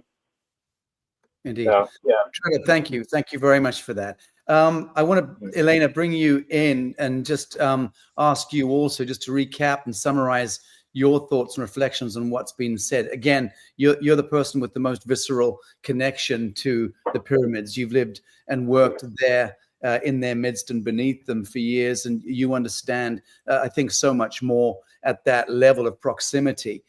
So what in what's been said today particularly resonates with you, and what doesn't resonate with you? And I want you to extrapolate, if you will, on this populist notion right now that this is purely a power station type thing, drawing up the paramagnetic forces, marrying it to the dielectric forces, and then beaming out etheric radiance in the lateral plane in order to bring about, I guess, some sort of energy system. Yeah, just speak about the more mundane notions that are arising around the discoveries that have been unearthed recently.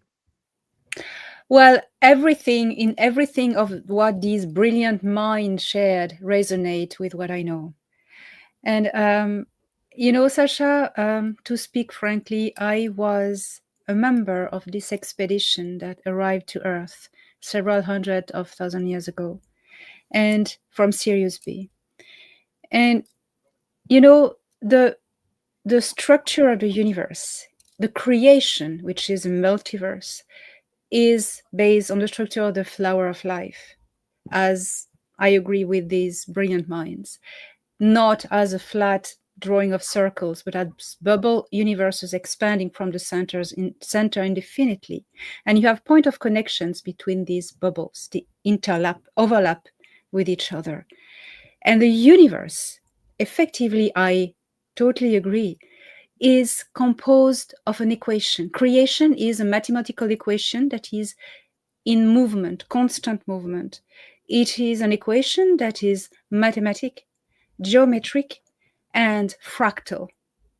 The fractal is a dynamics of the creation. It's based on the golden ratio, on the Fibonacci sequence, and this is what powers the dynamics of evolution. When we arrive on the world and we want to set a colony, we are going to need to power our devices, and we are going to use the universal energy, what we call the frill, which is the energy drew from the void, the ether. Everywhere, when you look in the creation, ether is there. It's a dormant medium. When activated by a mass, be it a pulse, scalar pulse, be it a gravity of a planet, of a star, of a ship, of a being, it is going to send the gravitational waves are going to send pulses that is going to activate the particles of ether and create energy. On Earth, which is a planet, which has its own gravitational pulse, it pulses. Earth has a heartbeat. It sends a pulse because when you have a heartbeat, when you have a pulse, you can entangle the consciousness. And then you have a torsion field around the avatar, which is in this case a planet. When you want to extract and use and harvest this frill energy from the gravitational waves, you're going to need to enhance the signal and harvest the energy created by this signal. So the pyramidal shape is the perfect shape that is enhancing the gravitational waves. It is used everywhere. On every highly developed cultures, they found out how to use, how to create energy from the void with the pyramid with this very special angle. It's 51.52, and I don't know the details, forgot. Well, it is going to, the gravitational waves of the Earth are going to be concentrated suddenly with this special angle, and the pyramid is going to increase the signal, and this the energy produced, instead of just going everywhere, of course, it enhances the crops, it makes everything grow better, bigger, healthier, of course, but because there's more life energy and more frill. But when you want to harvest this thing, you need to put a device inside of the pyramid. The device is not here anymore. We've removed them. But this device can be a crystal, can be a cylinder with mercury dioxide. It can be also plasma. But this is going to harvest the pulse, the frill, and send it in cylinders. And these cylinders are going to be the batteries. It can be used as batteries or as temporary reservoirs that are going to become a power supply. Okay, and the power supply is transponded to all the devices that are quantumly connected to these generators. And you have most of the time a cube under the cylinder that is going to do office of like a buffer zone, a buffer area that is, when there's an overload, it just managed to deal with it. This is from one of my recent book called Us. If you want, if I can show the screen, please. Yes. These are cylinders I have seen on a planet in another dimension. These cylinders are exactly what they do. They harvest the energy from the void. And it really looks, when I saw the scans from Armando May team, it really reminded me these cylinders. And with the coil structure, well, I will not extend on what these brilliant minds here could explain better than me with the double coil dynamics with silver and copper or other metals that are increasing the pulse signal. Mm-hmm. So everything. Oh, and what Jimmy Blanchette showed was very interesting, because this famous line, it was so long ago. The Earth hadn't the same shape, the same shape, of course, but the same mass, land mass. The water levels were different. The land masses were different. They had not yet moved as they are today, and the poles were in different places. the line was the magnetic equator of the planet. That is where we had to put the devices to gather the signal. That's what struck me with this video. So Wonderful. Thank you so much. Elena, were you aware of the trilithon? The pi symbol is why the Stonehenge, for instance, looks like Stonehenge. I have to say, Charlie, first I've heard of it today. I'm just staggered by that piece. But Elena, I'm interested to know, are you aware that the trilithon and the pi is why the Stonehenge looks the way it does and many of these other megaliths? Well, I think it's not linked with the Greek letter pi actually, but with the golden ratio. The square is exactly the ratio of the spiral of evolution. So when you have the exact geometry, you can use you can manipulate reality around you. You know what I mean? Yes. Wonderful stuff. Charlie, you've got the floor. I think you've got a slight something you want to show up on the screen. So please take the stick. You'll need to unmute your microphone. There we go. Let's see if I can get this to work. I think so. All right.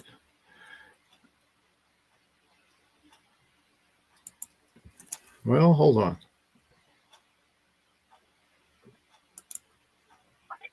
Could I maybe just say something real quick about what Elena just mentioned? Sure.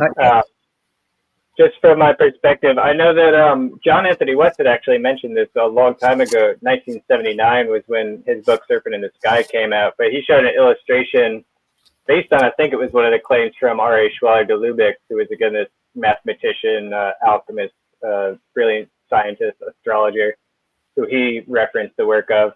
But I think it was Schwaller had actually said many years ago that there's actually one door, I believe at Luxor, the entrance gate, that not only looks like the symbol pi, but also was built to the proportions of pi exactly. And so he at least had suggested back then, I think that's the first time I had ever heard of it, the idea that it might be related to the Greek letter. Just want to stick that in there. Very good. Yeah, I appreciate that. Thank you, Charlie. All right, let's see if we can. I guess I'm going to need some help. Oh, there we go. Okay. All right.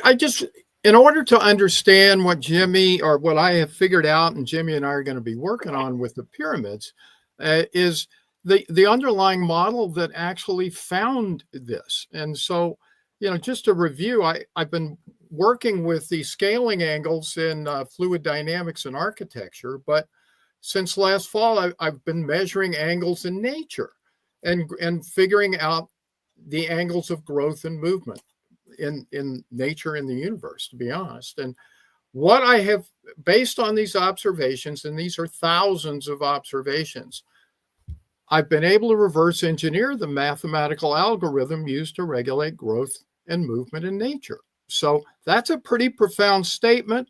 I don't like saying it's true everywhere, but I will say that over thousands of examples that I've done over the last 9 months, the model works 100% of the time. So with that as background, I started using this model in other contexts. And I have to be, honest, I've been kind of guided to look at some of these because I wouldn't have necessarily thought that they would all work at the same time. So I've looked at all the pyramids, and I don't know if we'll have time to look at those today, but they all work. I looked at all musical instruments, conical bore musical instruments like trumpets and brass instruments and saxophones. I can match all of their angles with this as well. I've looked at telecommunications equipment, horn antennas, microwave towers, that sort of stuff. Even the horn antenna that's used to send the pictures back from the Webb telescope conform, to these geometries. All fundamental waveforms will, and when I say that, what I've determined is, if you look at a waveform with a given frequency or amplitude, I can find one of these scaling geometries which will match the angle of ascent and descent in the underlying waveform. So that is just amazing stuff. So I found this also in the orbits. Whoops, what happened here? Let's see. Orbits of all the of the planets. Why would it be there? Why would it be in the positions of the stars in all of the constellations? These same geometric angles are doing that, and these same angles are found in the platonic solids and in the amplituhedron that Nima Arkani Hamad has developed. So there's lots of stuff here that this that this conforms to, and most importantly, and I'll go back to this. This all seems to point to simulation theory. Why should the same angles that are used in fluid dynamics control the growth of plants and animals and define, the positioning of the stars and so forth? So that's an important question that, this research, I couldn't answer it without thinking simulation theory. None of this makes sense. Yes. There's extensive aesthetic use of these, and that can't come from evolution. There's a number of glitches I've found. All of our sensory receptors, their gross anatomy uses these forms. All of our waveforms conform to, as I said, to one of these angles. And most importantly, we apparently as a society knew all of these angles in the past, as I have found them hardwired into the street grids of Paris, Versailles, London, Berlin, Brussels, Istanbul, and Washington, D.C. so far. Mm-hmm. So these are phenomenal. These are fundamental geometric angles that seem to be everywhere and point to simulation theory. Fascinating. Thank you so much. And presumably, Charlie, this is stuff you're going to be elucidating on in the big almanac, the big book that we're collectively writing on pyramids. Right. I'm gonna certainly apply all of this information to the pyramids. Yeah, and I don't know if you'd want more, but I've got about a 6-volume set. The first 2 volumes one's going to be the plant kingdom, then the animal kingdom, and we'll just keep going, fluid dynamics, architecture, and so forth. So I've got a huge set of information that's going to be flowing out over the next year. Terrific. Thank you, Charlie. Okay, winding up, friends. We have exactly 9 minutes to count down to 0. I want to invite closing comments. David, Sereda, your reflections on all that's been said hitherto. Well, I just want to show one more thing. I mean, when we show this stuff in an abstract form, meaning we're not going super deep, but we're introducing people to these ideas, and for people who really want to go deep, you just have to spend more time in it. Why the ancient Egyptians were obsessed, obviously, with angle, to me, suggests heavenly bodies rising in the east and setting in the west. And, the phallus of Osiris, being, at that angle, suggests conceiving a child from a planetary or stellar body arriving at that sacred angle. There's a lot of ways you can look at it. Also, the flow of the spiritual life force energy, the Kundalini, can be affected. We could say when we receive the morning light at a certain angle, there's a certain magic to it. When I get up in the morning and I face the east and I greet the rising sun at a particular angle, my consciousness is very different than in the midday and in the evening. Yes. But one of the things I've done recently, which is it's a calculation called the harmony of the order. And this is, I'll just show you what one of those looks like, which is really stunning. I mean, I'll do this really quickly. And for the people, again, who want to go deeper, you just have to go deeper with me to really understand this. This is very new, but what it is a calculation that I can go to any distance.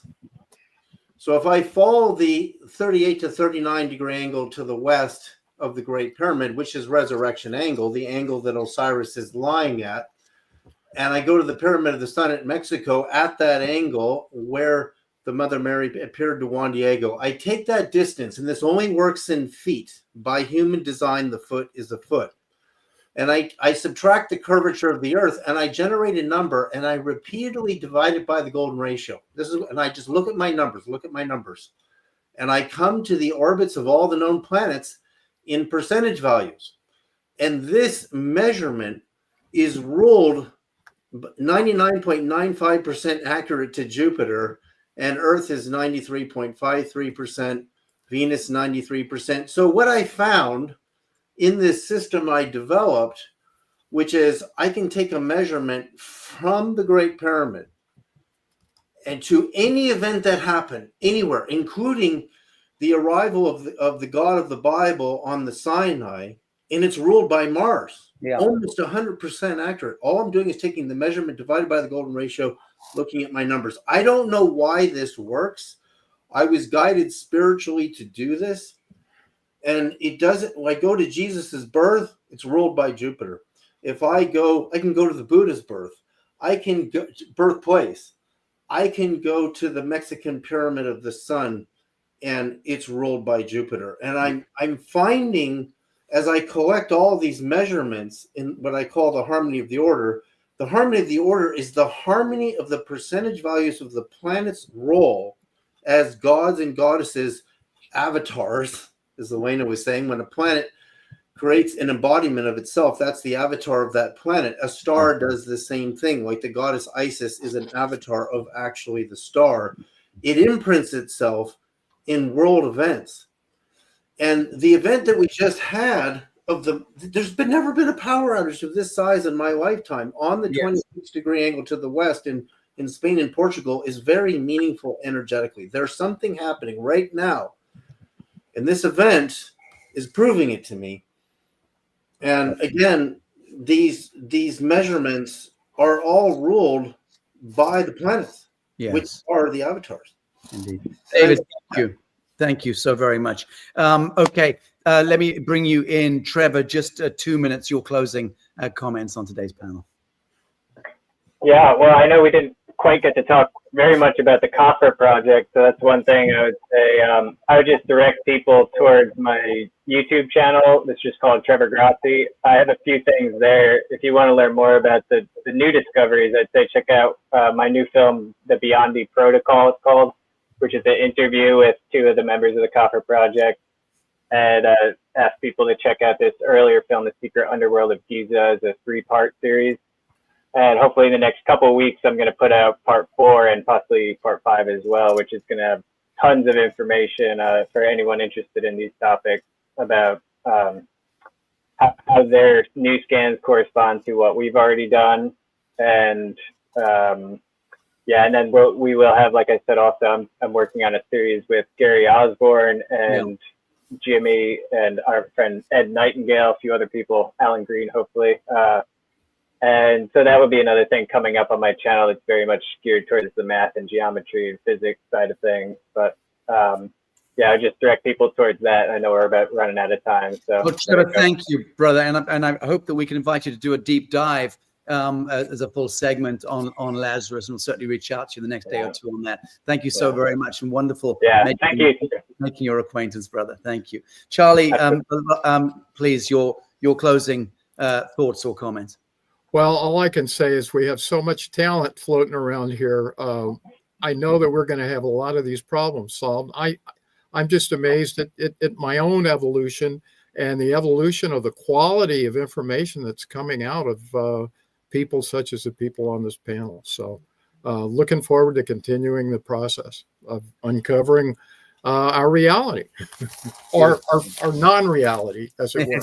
Exactly right. Exactly. Thank you, Charlie. Elena, greatly looking forward to seeing you later this year at the Galactic Disclosure Conference in the Gulf. Really looking forward to that. But your closing thoughts. You get the last word today because you're the only lady. Oh, thank you.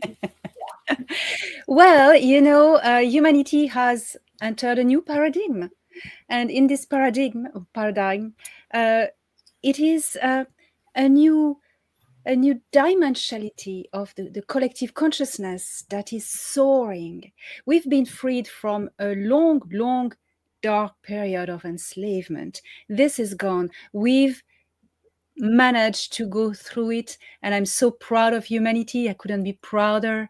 And now humanity is free to become who they are. Time has collapsed. Time is not linear, it's the time field, and humans are starting to realize this multidimensionality of the consciousness, and the knowledge is rising. All this knowledge just was put aside, waiting for this moment, which is now exploding through discovery. It shows itself, and it allows people to connect to their better self, their who they really are, and the intelligence of human race on Earth is now showing what it is capable of understanding the nature of creation and who they are. And this is exciting to witness and be part of it. So I look forward to whatever is coming. Wonderful. Thank you, Elena. And I would agree with you that what is upon us is irrevocable. It's unstoppable. It is the end of time. It's the end of days, D-A-Z-E. It's the end of the false light matrix, Babylonian Luciferic matrix in that sense. And what emerges next, and the profound nature of the living moment that dictates and determines that what emerges next will be as a direct result of our collective wise dreaming, which means that there is no victim. There can never be a victim. There will never be a victim. The parasite is gone. That universal feedback loop, anchored in the realm and the paradigm of duality and binary logic, is something which served us as we were infantile, struggling through the galactic sleep cycle. Now we emerge Homo sapiens, sapient, transcending, transmuting into Homo luminous. This is definitely our age. We've come of age. Thank you, Elena Danaan. Thank you, Trevor Grassi, Charlie, Ziese, and David Sereda. Much love to you all, and thank you for joining us on Lazarus today. Thank you. Thank you.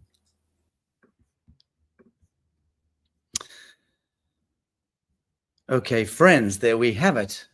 15:59. So I don't get punished by producer Christy today, because for the first time I'm on time, and trying to seamlessly segue into the next segment here, which is connected to Countdown to Tennessee, or Countdown to Tennessee, I should say.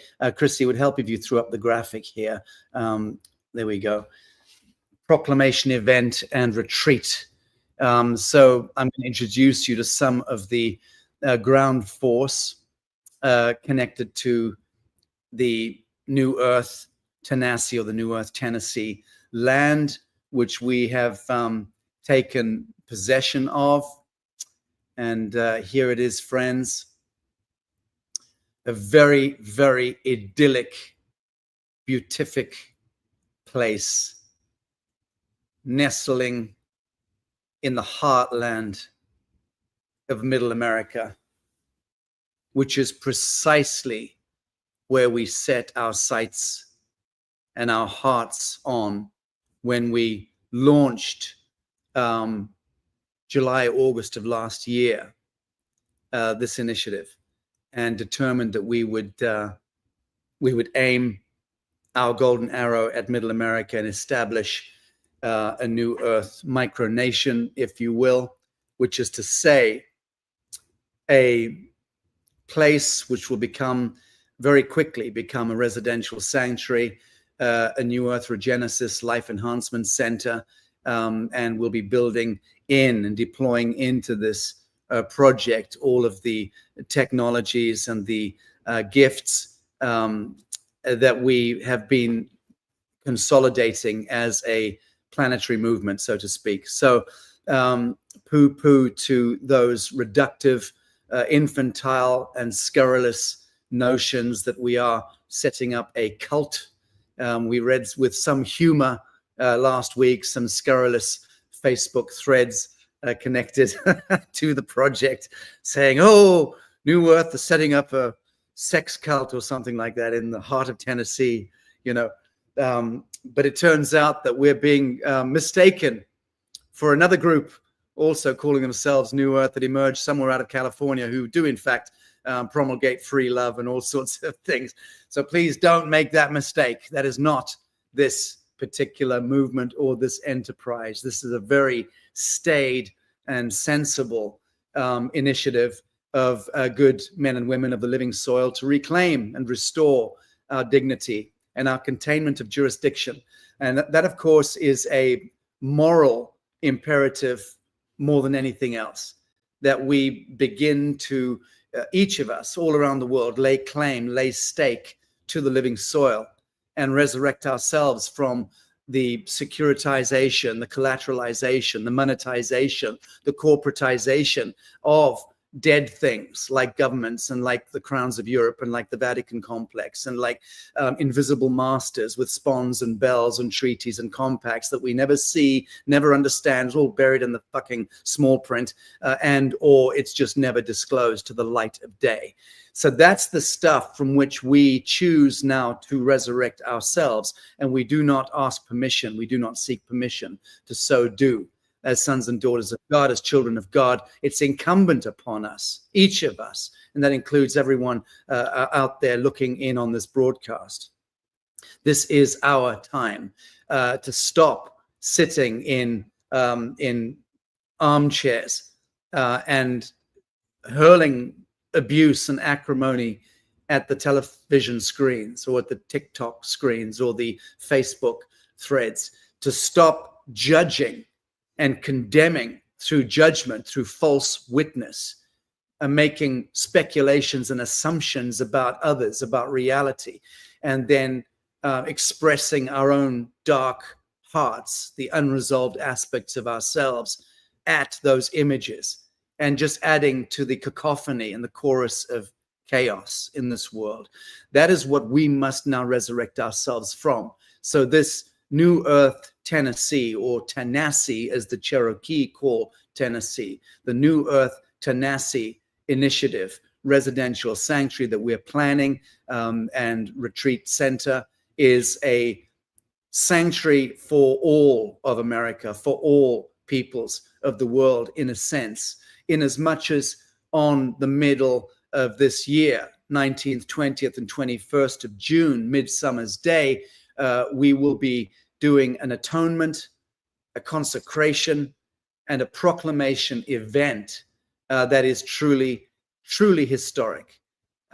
This morning, myself and the NewEarth team spent an hour on the telephone, on the Zoom, with His Grace, the Bishop of Jerusalem, Ria Abu al-Assal, Episcopalian Diocese, His Majesty King Edmund Teli Silva Jr. of the Sovereign Kingdom of Hawaii, Hereditary Chief Phil Lane Jr., and the Elder Antonio Ox de Leon from Mexico. We are going to be joined by dozens of other hereditary leaders and elders in midsummer this year in Tennessee, Tennessee, at the NewEarth Sanctuary Landholding, where we are enacting and embodying and manifesting an act of atonement on behalf of all of humanity, where we turn to face the First Nation peoples. We, the NewEarth movement, are taking responsibility in this. We're taking it upon ourselves to do this. And those of you who have purchased a golden ticket and participated in the social ecology and the economy, or should I say donated in that sense, you are part of that movement. You've embedded your DNA and your resonance and your will into this historic and pioneering event. This is how we reclaim sanity, reclaim dignity, and reclaim jurisdiction, the kingdom of heaven on earth. So if that sounds culty, good. Then where do I sign up for this cult? Because this is my kind of cult, my kind of humans. Those who are bold enough to speak truth to power, those who are bold enough to walk as lions and through the shadow of the valley of death, fearing no evil whatsoever. Those of us who are able to walk as Daniel through the lion's den, proverbially speaking, and be courageous, be bold at this extraordinary time where we're invited by the chemistry of society to hide and to cower and to turn away and to wait out the storm in the basement, behind the curtains, behind the sofa. No. Categorically, emphatically, no. This is the time for the atonement. And that is a right action. It's a divine action. And I want to introduce my New Earth ground force, some of the team, just a handful of the team who could join us today. First and foremost, let me invite Marsha Willardson, who is our chief trustee and who is, in that sense, really as the matriarch presiding over the moral conduct of how we proceed as a movement, as a diocese, with this extraordinary initiative. Marsha, thanks for joining us today. Oh, hi, Sacha. It's good to be here. It's a real blessing to be able to be on this journey and to be at this level of the journey. You have spoken to the walking through the valley of the shadow of death, and I'll tell you that's a lot of times what it felt like in the last 35 years on this path for this mission, and for designing not only my understanding of what it is that we're facing and how the society and how we've been trained to think, how we've been trained to cower, as you said, and really finding that courage to stand true to myself, to stand true to that divinity I've known from birth, from understanding and looking at grass and bee flies flying while I was just unable to even walk yet, and in the awe and the discovery of what life really is, to then having the shadow hit me strong, and what they call the dark night of the soul, and really struggling with the darkness that I had to face and walk through to be here, for being the beacon that we all came to be. We all came to be here for this time in this transition. And I don't know any better project to come out, any more gifted project, any more light-bearing project. I wouldn't be here in this endeavor if it weren't the highest good for all. Beautifully stated. Thank you.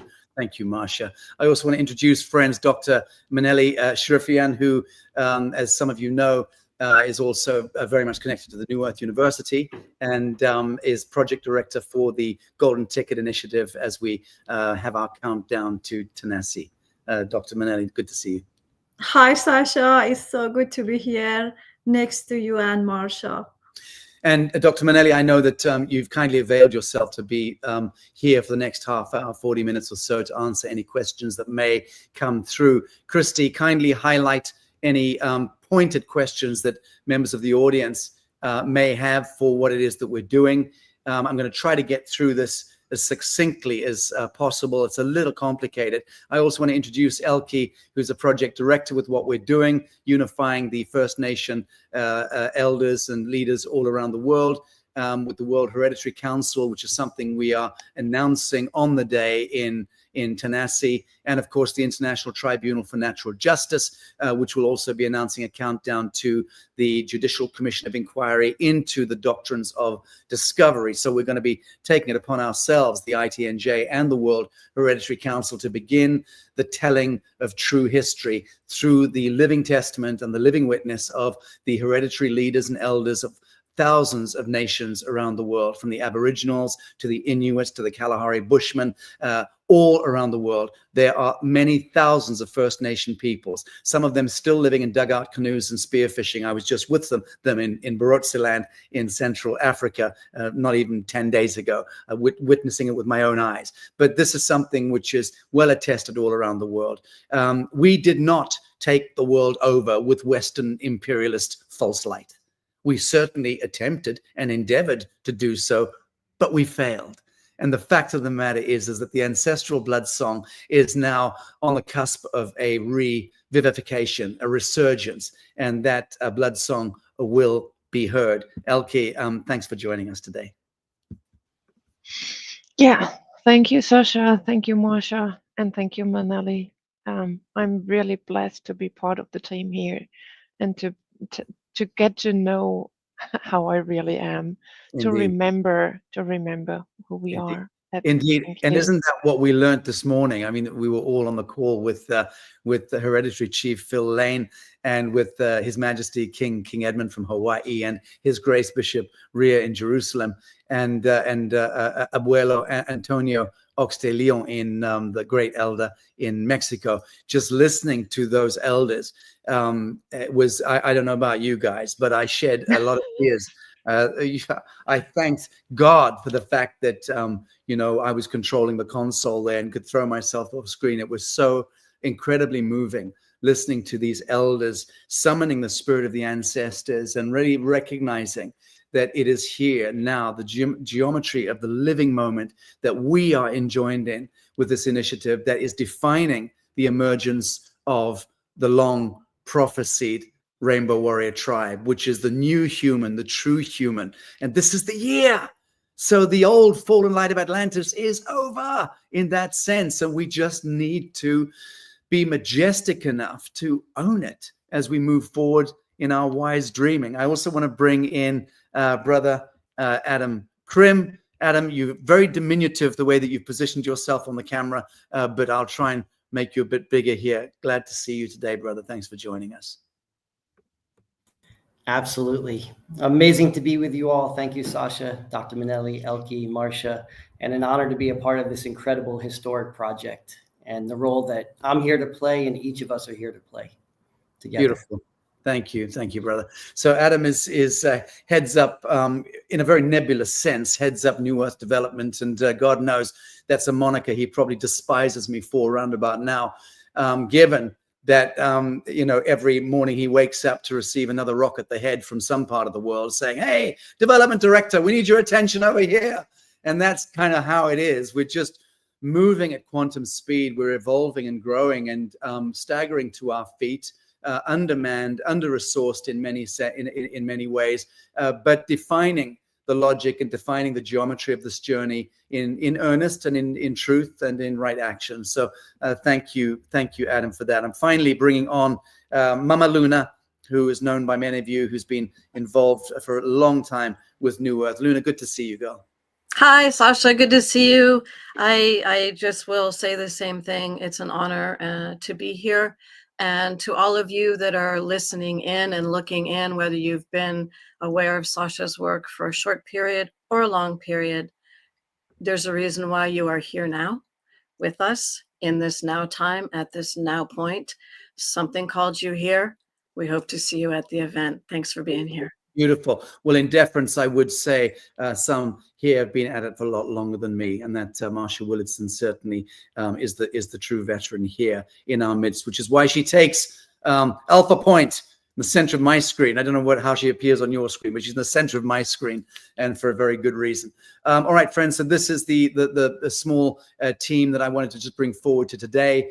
People who are going to be on a daily, weekly, monthly basis, juggling the quantum balls, so to speak, certainly as we count down to Tennessee, 19th, 20th, and 21st of June this year. Christy, I don't know why this is happening, but maybe you can remove that present or invite section because it doesn't allow for me to, yeah, there we go. That's better.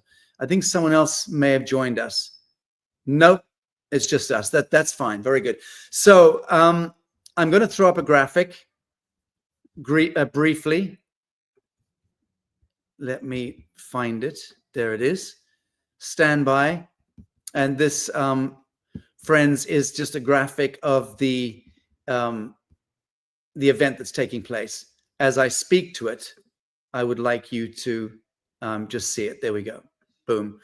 Can you see that okay? Yes. Yeah. Very good. Okay. So, friends, that's essentially the World Hereditary Council technically, and the International Tribunal for Natural Justice. And there will be a number of our brother and sister organizations who will also be presenting this event in midsummer this year. But we are the ones triggering it.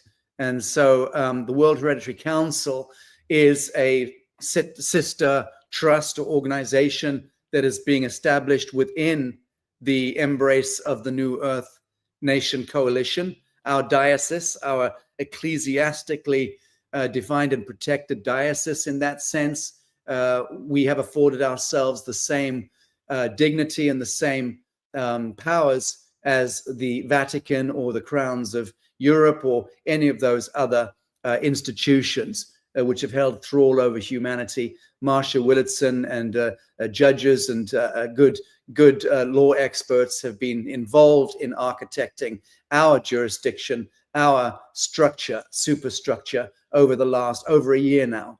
And we've defined that, and we're now in operation, so to speak. So the World Hereditary Council is one of the organs of our organization, albeit I've spent years slowly setting this up. And this is the restoration of indigenous leadership. This is where the atonement begins. And this, of course, is a special invitation to the ceremonial consecration and proclamation event that will be taking place in the New Earth land in NewEarth Tennessee in Tennessee midsummer. There'll be a 3-day retreat, 19th, 20th, and 21st.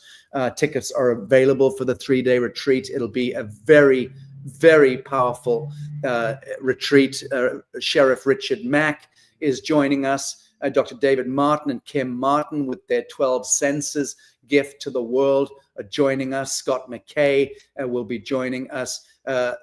Laura Eisenhower, Foster Gamble. I've not confirmed Foster, but he did say that he and Kimberly would love to be there. So I need to ensure that he knows the dates now. Everyone else has confirmed. Marcia Willitson, you can see there.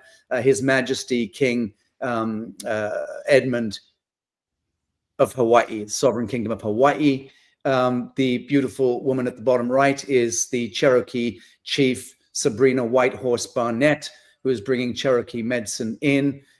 We also have Hopi Elder and Emissary Bertram, who's not in this graphic, but he did confirm this week. So the great Hopi messenger is coming in as well to impart Hopi prophecy and Hopi medicine. Of course, center stage here is Hereditary Chief Phil Lane Jr., who will be officiating, and His Grace Bishop Ria Abu al-Assal of Jerusalem, who will be coming in on the big screen from Nazareth to also enact the atonement. And again, this is the emergence of the Rainbow Warrior Tribe. Kathy O'Brien will be coming in as well, and other friends. I'll be making more announcements in the coming weeks. But so far, these are the confirmed. Let me now jump out of sharing the screen. How do I do that? There we go. Stop screen. So what to say? We can share briefly. Manelli, are you planning on walking people through the website? Christy can probably coordinate that from the back end, and I will just shut up now and listen to you. Yeah, Manelli can go ahead and share. Use presents. Oh, do you have the screen up there, Manelli? Yes, just I'm just trying to. I mean, I can share the screen if you like. Yeah, just basically going to the website and then running through it. Hang on. So here we go. I'll share the screen, Manelli, and you can just speak over it. Sure. Yes, so as you see, you should go to the newearthhorizon.com/proclamation. And we welcome everybody to join. We just finalized the website last night, our IT work day and night to make it happen. And we already have 5 people signed up for the event. And we have a limited space. So if you really want to attend, please RSVP as soon as possible. Sacha, if you scroll down, there are options. Yes, so if you see to get a donation, you can to get a ticket, you can donate. And we have 2-day event, and also we have a retreat. So we have a limited space for the retreat. It's going to be amazing. As you can see, like Sacha has invited so many amazing speakers. It's a 3-day retreat. And some people may just want to join for the 8 fire ceremony and the proclamation. So we also have a 2-day pass. So you can donate and you get the email. We will release the address of the place for the retreat as we get close to the event. Sacha, is there any questions? No, we're back there. I think that's pretty much it. That's what this is for here. So folks, you can go to New Earth Horizon. Let me just stop sharing. There we go. You can go to New Earth Horizon / newearthhorizon.com. As you can see at the bottom here, I've put it on the strip, yes. newearthhorizon.com /proclamation. Just get your spelling right there. And that'll take you to that page. There are obviously a very limited number of tickets available for this incredible 3-day retreat with these incredible icons. And there's there are more tickets available for the 2-day pass, which will be on the 20th in the evening will be the 8th fire ceremony, which will be conducted by Hereditary Chief Phil Lane Jr., a number of the grandmothers and hereditary elders and leaders from the Americas, and not just from the Americas. Others are coming in from abroad. And then on the 21st will be the big event, which will be essentially the proclamation, the consecration, atonement, consecration, proclamation event. And that's going to be a 5-hour live broadcast, which we'll be broadcasting around the world. And we've got hereditary leaders, chiefs, kings of kings, Rajas coming in from around the world, hereditary leaders and elders who are lending their voice and their wisdom flame to what it is that we're doing, because they understand that what we're doing is for humanity. This is where we are piercing the corporate veil against. I don't want to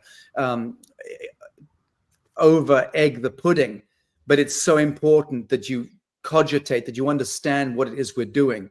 We're coming as a civilization out of 500 years of blood ritualism, blood sacrifice, a holocaust against the black skin, brown skin, red skin, yellow skin people, conducted essentially by the church, essentially by the Catholic Church. But it's far more nefarious than that. You can throw in many, many other churches and faiths that have also been co-opted and lent in there. The good Jewish faith, the Islamist faith have also been co-opted by certain enclaves in different ways. So we're talking about the weaponization of culture, the weaponization of religious faith, and so on. And certainly the weaponization of morality, if you consider the kind of fucked up woke liberal intellectualism that is now the biggest scourge facing humanity, the thing that we're really having to be very mindful of, the thing that plunged needles into our baby's arms and installed death into the mitochondria as planetary policy.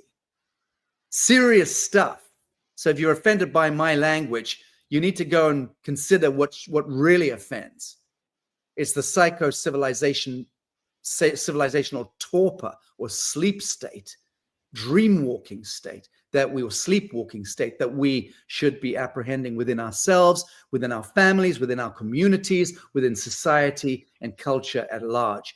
So atonement is necessary to resurrect the ancestral blood song, for us to apologize one to another on behalf of our ancestors, to de-fictionalize our relationships with one another, which is connected to the birth bonds and the death bonds and the marriage licenses and the bicycle certifications and the land bonds and deeds, all of the spells and bonds on bits of paper that collateralize and securitize our time, our motion, our life force, our incarnation. That needs to end.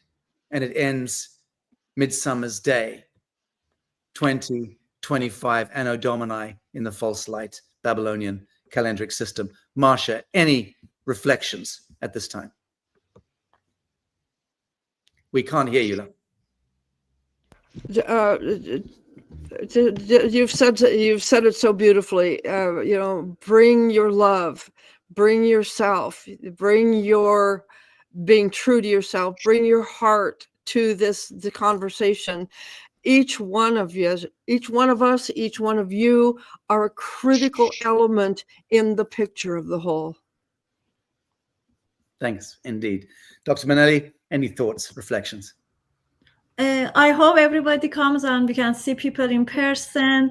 And as I learned from Marsha in the Blessings of Liberty, what we are doing is an act of peace. And I love that Marsha says, bring your love. And I hope our people can feel our love and compassion for you and the whole event. Well, Dr. Manelli, I, for one, hope that everyone doesn't come, because we have many thousands of people watching this show and we won't be able to feed them or accommodate them. So alas, we're only inviting about 350 people. I think we're going to cap it at that for the 2-day event, the 8th fire ceremony leading into the consecration proclamation event. For the retreat, I think we can accept up to about 100 odd people. So please do get a ticket. If this resonates with you, lean your flame into what it is that we're doing and make yourself a part of history. Adam, any reflections from you at this time? Yeah, as you say and as we say, it's about fellowship. And so we look forward to gathering as brothers and sisters in Midsummer's Day. Looking forward to seeing you there. Gorgeous. Luna, darling. Mama Luna, thank you. Yeah, this is the new earth that we are creating as the new Rainbow Warrior Tribe. You're here because you're called. If you're really called, jump in early, because as Sacha and everyone said, it's limited. And I really look forward to meeting my new Rainbow Warrior Tribe and launching the new humanity with the new earth. Thank you, everyone. Elke. Yeah, we are the ones we were waiting for. There's no one coming rescue us. It's us. And every one of you, any one of us counts. So yeah, if you hear the calling, then come be with us and create this new earth together jointly. Thank you, Elke. Okay, what are the dates again? Says Terry Guillermi. Great surname, Terry. It sounds decidedly Maasai. The dates are the 19th, 20th, and the 21st of June. That's midsummer. That's the big solstice, summer solstice. That's the great shift, the axis shift. So we've chosen those 3 days for that very reason. So 19th, 20th, and 21st. Some people will arrive, I guess, on the 18th and stay and leave on the 22nd. It'll be a 4-day turnaround in that sense for some people. Will you be doing a live broadcast for members? Belinda, irate. I'm not going to say I'm in love with your surname, Belinda, but I'll give you this. It's a very compelling one. It's a very interesting one. So, yes, we are doing a live broadcast, and the good news is that it's not just for members. The live broadcast is for the world. So we are planning to syndicate it as widely as possible. We've got many networks wanting to pick up on what it is that we're doing, because as I said, it's a 5-hour live broadcast. I'll be speaking, Scott McKay will be speaking, Laura Eisenhower will be speaking, Dr. David Martin will be speaking, Chief Phil Lane Jr. will be officiating, His Majesty King Edmund will be officiating, His Grace Bishop Rhea from Jerusalem will be leading prayer, and other elders and grandmothers and leaders from multiple, I think upward of about 24 countries of the world will be coming in on the big screen with their messages. And the International Tribunal for Natural Justice and the World Hereditary Council will also unveil their plans. And that includes, a discourse on His Majesty King Edmund's World Indigenous Court, which is has its own bar association and a couple of hundred barristers and lawyers accredited to that bar. What I'm saying is, as my earlier discussion when before the first panel today, in my little 10-minute discourse, having just returned from Africa, I explained that we are on the cusp of something quite extraordinary, certainly in Africa. and Asia, Central South America. There is an upswing. There is an upshift that is occurring. There is a full spectrum reclamation politically, economically, culturally, theologically, spiritually, morally, by the so-called developing world. Okay? Incredible stuff. I've just been there, as some of you will have seen if you saw the photographs I was putting up, and I can tell you it's palpable. So I don't think in 24 to 36 months from now, I don't think we're going to recognize the world we're in, because the entire let's say the political and socioeconomic and socio-ecological chemistry of the planet, the fabric is literally being shredded right now and is reassembling based on a whole new set and sequence of principles and dynamics that respond to and correspond to God's law, to higher law. That's what's actually happening on the ground. So if you are still plugging into the matrix and watching these programmed, these predictively programmed newscasts and storytellers, which are steeped in lies and false light, if you're still doing that with your time, eternal shame on you. No, not eternal, just shame on you. It is really time to stop. It's time to pull your head out of the sand, and it's time to actually begin to see the emergence of the new Earth horizon, which has nothing to do with old Atlantean logic, with old imperial dominion, with usury and with war and disease and poverty and entropy. Nothing to do with it. Even the resurrection of human DNA, mRNA is underway and is palpably demonstrable under microscopy today, courtesy of the changing geometry of light that's impacting this world. Now I do sound like a cult leader, so I'm going to shut up. But I do want to say thank you to the team. It's been 35 minutes in. I was going to keep this as brief as possible, just to say, please, friends, and there's another question here I'll quickly answer to, which is, do we need to buy a golden ticket to attend the live? Well, golden ticket holders, Dr. Manelli, kindly explain the distinction. So golden ticket members have access complimentary to the 2-day pass, but you don't need to get a golden ticket to be part of this event. You can donate for the 2-day pass or for the retreat. Very good. And what about people coming in with partners? How does that work? For golden ticket members, they can bring their partners, and I have already sent them the coupon for the 2-day pass. And I see Trevor ask, can you still purchase the golden ticket? Yes, the golden ticket is a 10,000 donation, and it comes with many benefits, including the 2-day pass for you and your partner. So we have both options. You need to expand a little bit more on that, because it's a pricey ticket. So let's expand more on that. For $10,000, yes, you can certainly attend with your partner the events that we're doing, but a lot more than that. You also get Gold Star access into the New Earth Sovereignty Academy, so you can undertake the world's leading coursework that Marsha Willardson and the team are putting forth on blessings of liberty on the New Earth Sovereignty Academy. So you get access there. You get access to the Lazarus initiative, and do not forget that your $10,000 donation, because that's what we do. We contribute to a commonwealth here, and that's what we're doing. We're all contributing to a commonwealth. I do not take a salary, for instance, not one dime ever. So my contribution is my time and my motion and my passion, my devotion to this mission. We're all variously involved at a voluntary level, and some cases there's remuneration to help the bottom line. But the point here being, your $10,000 acquisition of the golden ticket is also something which puts you in the New Earth constituency, in the queue, so to speak, so that as the land dials up into plots available for homes, you have your place in the queue, and you can then have your $10,000 donation will be discharged against the value of the land that then is given to you as a quid pro quo.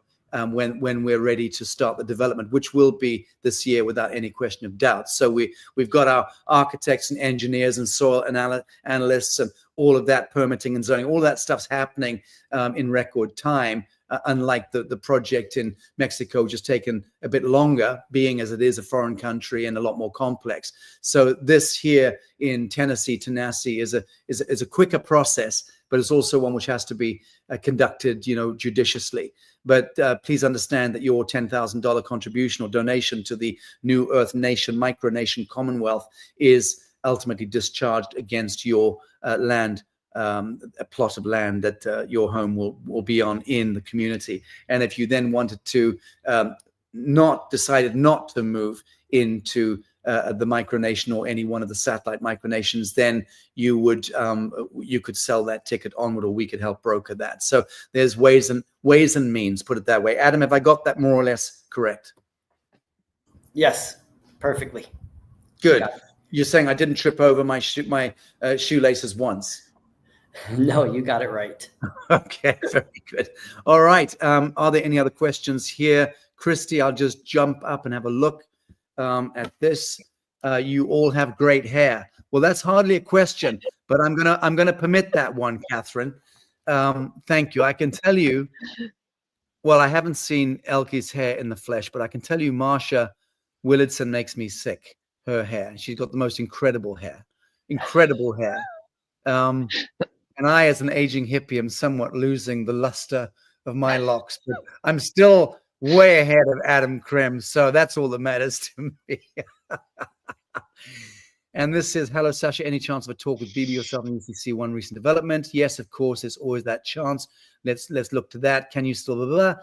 33 longitude. Okay, no, I think that's the end of the questions relating to NewEarth Tennessee, NewEarth Tennessee. So friends, that takes us to 38 minutes past 4, my time signature. Christy is very happy with me. I can see her in the green room. I'm going to embarrass her by bringing her in. How well have I done today, Christy, keeping time? Very good, very good. And better than I thought you would. I have to. This was a tough one. Okay, very good. So Adam, Marsha, Manelli, Luna, Elke, and all the other team who are looking in. Anna Alexandra, who's not feeling well today, she's producing my tour, but she was retching all morning, bless her heart. She got food poisoning last night.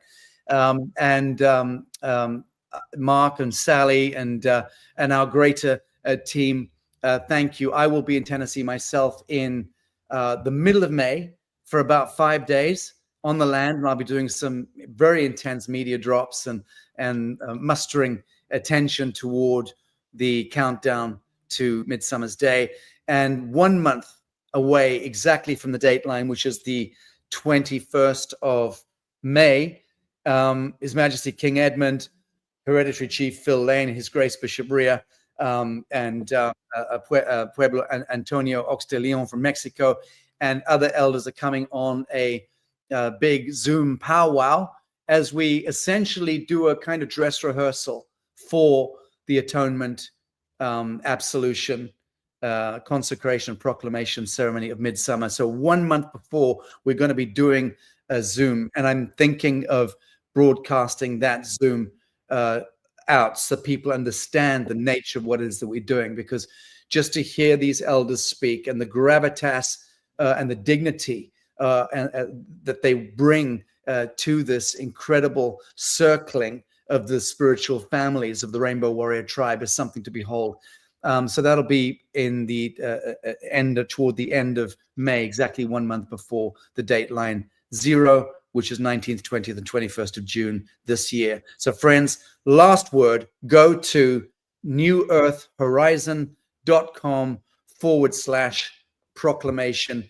Get your retreat ticket or your 2-day pass ticket, and hope to see you in Tennessee. Friends, thanks for joining me today. Christy, you can throw up anytime you like the next slide, and I'll bid this broadcast adieu for the day. Do you want to remind everybody of your tour dates, Sacha? Oh, yes, that's very kind of you.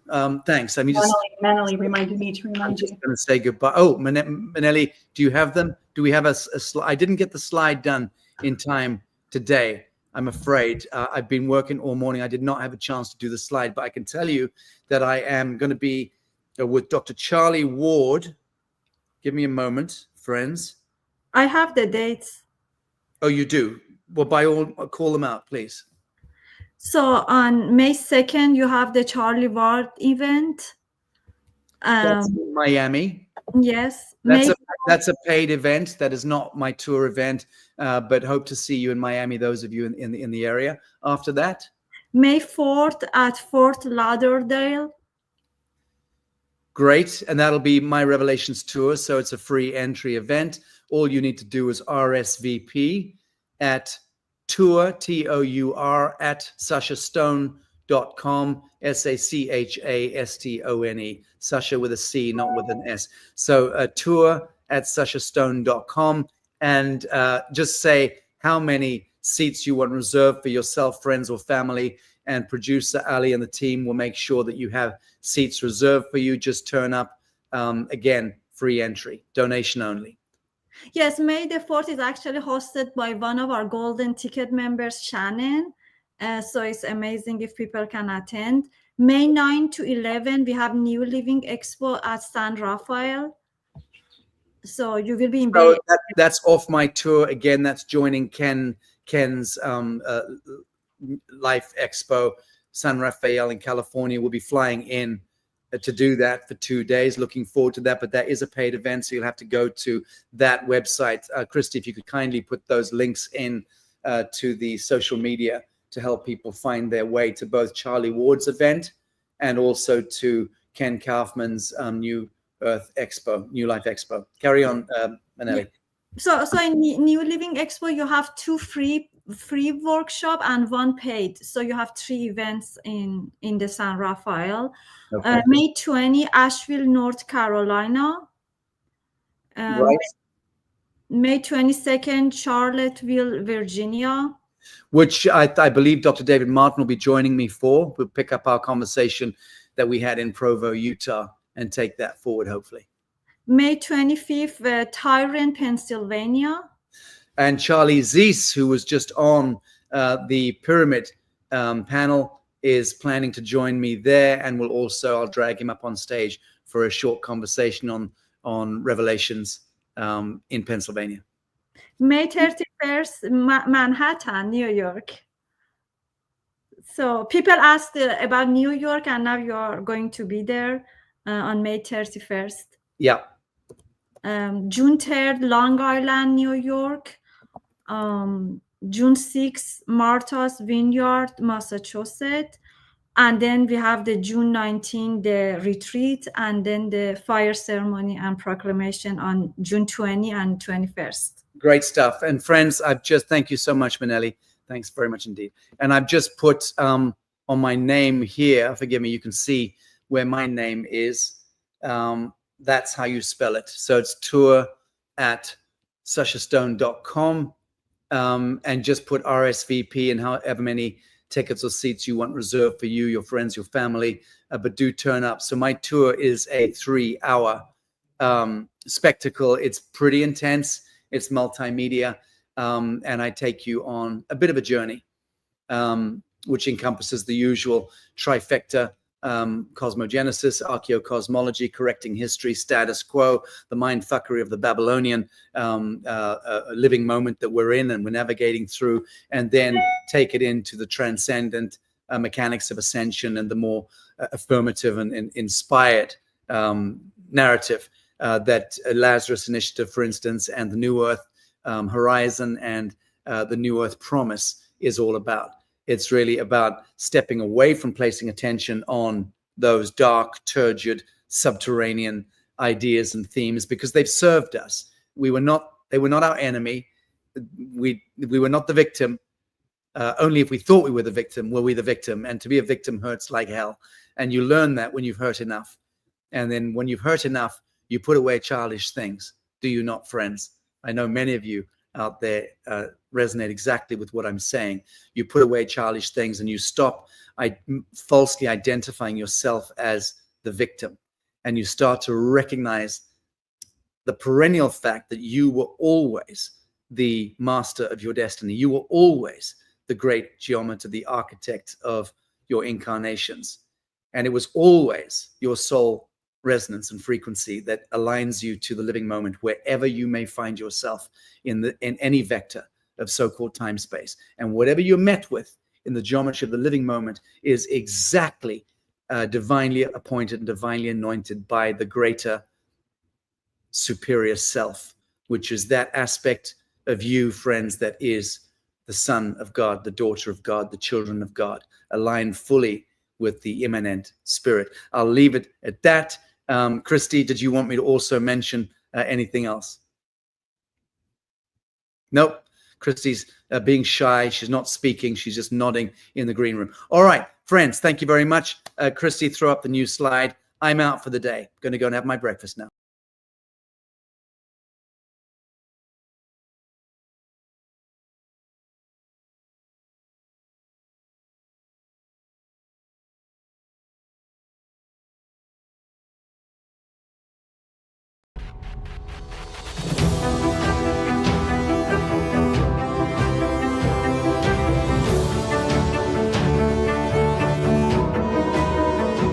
Lazarus, well. Have to make a confession. I'm sitting in a lobby of a hotel in Lusaka, Zambia, and having just come out of a meeting with a minister, I look a little fanciful this evening, but I didn't have time to get back to the hotel. And I'm also doing this covertly because I don't think I'm technically supposed to be using the lobby to do my media, but fuck it. I'm doing it anyway. And if they come and move me, well, I'll just embarrass them on air. I'm very happy today to be introduced